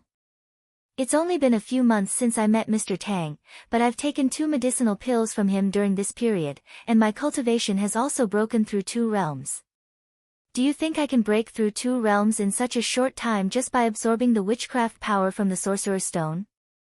The old man looked at Xingluan with a bewildered expression. After a long while, he said, "Don't talk nonsense. Don't tell me that the elders of our clan haven't discovered it if the medicinal pills are useful to us witchcraft cultivators."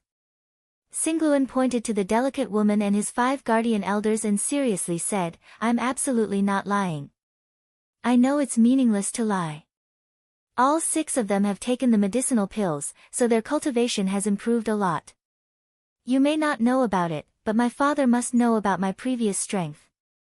I'm afraid he also knows about the strength of the 6 of them. But look at us now. Aren't we much stronger than before?" Xingchuo could sense the aura released by Xingluan's group of 7. In just a few seconds, he was dumbfounded and shocked to the point that it was difficult to be more shocked. Previously, he heard from the 13 shaman guardians that Xingluan's strength had greatly improved. Even his men's strength had advanced by leaps and bounds, to the point that they were almost on par with Xingguo and his 5 guardian elders. He didn't believe it at that time, but now it seemed to be true. "Your surname is Tang?" Xingchuo looked at Tan Xiao and asked. "That's right. My surname is Tan Xiao," said Tan Xiao with a faint smile. "If you know more about Hua Xia, I'm afraid you should know me." You're tuning in to the Blissful Bookshelf YouTube channel. We're so grateful for your support, and don't forget to subscribe to join us on this incredible journey through captivating stories. Your generosity through donations truly makes a world of difference, as it's the primary source of revenue that allows me to expand and enhance this channel for you. Thank you from the bottom of my heart for being a part of this adventure.